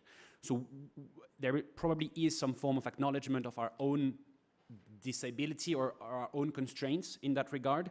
And this is why you have seen sometime a bit all-encompassing strategy of systemic rival, partner and competitor. Nevertheless, you have to acknowledge that the dynamic has been quite striking in that regard. 10 years ago, you had no EU-China policy beyond the general EU approach of we want everyone to become liberal democracy, rule by law, and the world will be happy. And especially under von der Leyen Commission, but this has started a tiny bit before, you have seen more of a consensus of what is the China we are dealing with today and what is its direction and what are the challenges it poses to us. There is still a lack of consensus on exactly what is our response to that. Still, one very strong element has been the growing assertiveness that most member states have supported for the Commission to actually implement regarding a vis-à-vis China. And in some ways, I think we are quite happy that we keep that not below the radar, but below any formalization, because we are not quite, I guess, sure of our ability to withstand the Chinese reaction.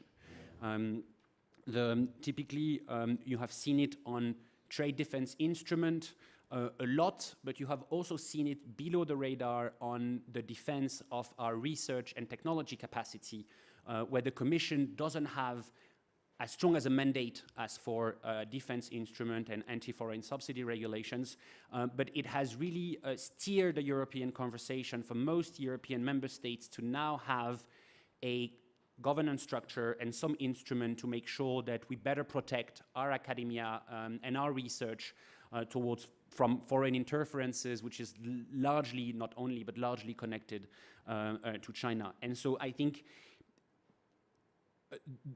at the end of the day, the European response to China will more be in the European recalibration of its approach toward globalization than in a specifically on a specific policy towards the PRC, because that touches upon foreign policy, which is a very strongly kept prerogative of the member states, and so we are kind of making those policy without saying them too much, because we have our constraint, and this has been the approach, and so far it has worked decently. Now I think we are entering bigger weather, and so we will see whether we pass the test of the challenge that China will surely try to implement regarding that new direction of things in Europe regarding the PRC. Regarding your question, I want to add just one thing, quite different dimension. What do you think about Korea's strong competitive edge? I think it is manufacturing power so far. Between US and China, the strategic value of Korea is manufacturing power, especially in semiconductor and battery for electric cars and shipbuilding and so on. But recently, the competitive edge is losing more and more. So I want all of you to see Korea as it is. Korea's manufacturing competitive edge is losing. So from now, what Korea can survive depending on manufacturing power. So I think you can see whether Korea can keep going its competitive edge or not in terms of manufacturing power. It is a very important point, I think.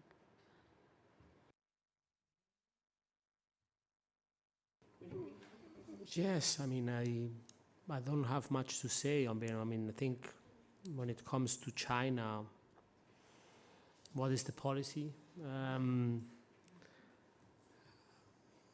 I think it's really kind of the following one. I think there's a fatigue about promises of opening up in China.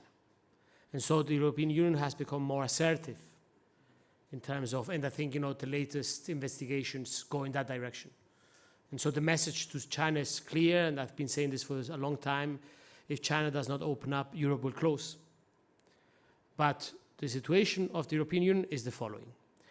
We have an increased deficit, trade deficit with, and that's related to what do you do with China's manufacturing capacity, what do you do with China's increased competitiveness. So we have a larger trade deficit, and we are still selling Airbus to China. Once we finish selling Airbuses to China, this deficit will be ballooning. So we can more or less live with that because we have a trade surplus with the United States.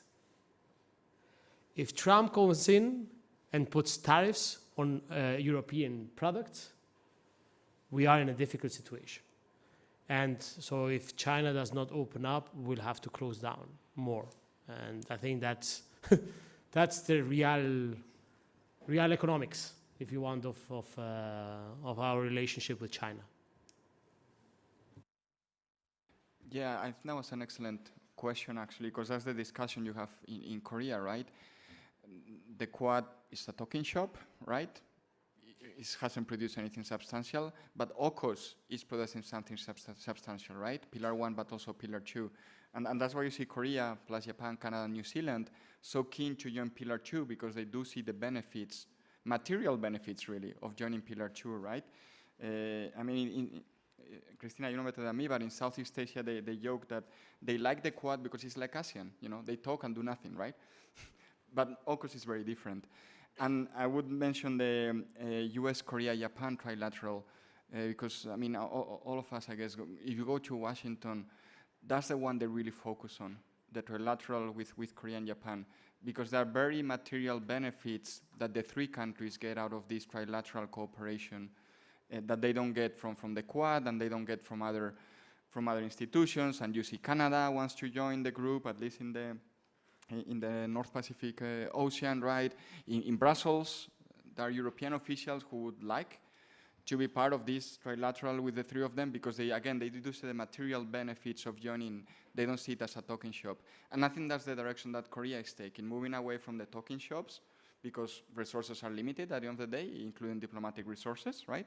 And focusing on those from which you can get something out of it, right? You have to contribute, but you get something out of it. So I think that the AUKUS versus Quad example that you gave is really excellent, because that's the direction of travel. More AUKUS, less Quad. Okay, so we are almost on time. Of course, we would like to thank our panelists, but also I would like to thank you all for staying with us for this very long day. Thank you.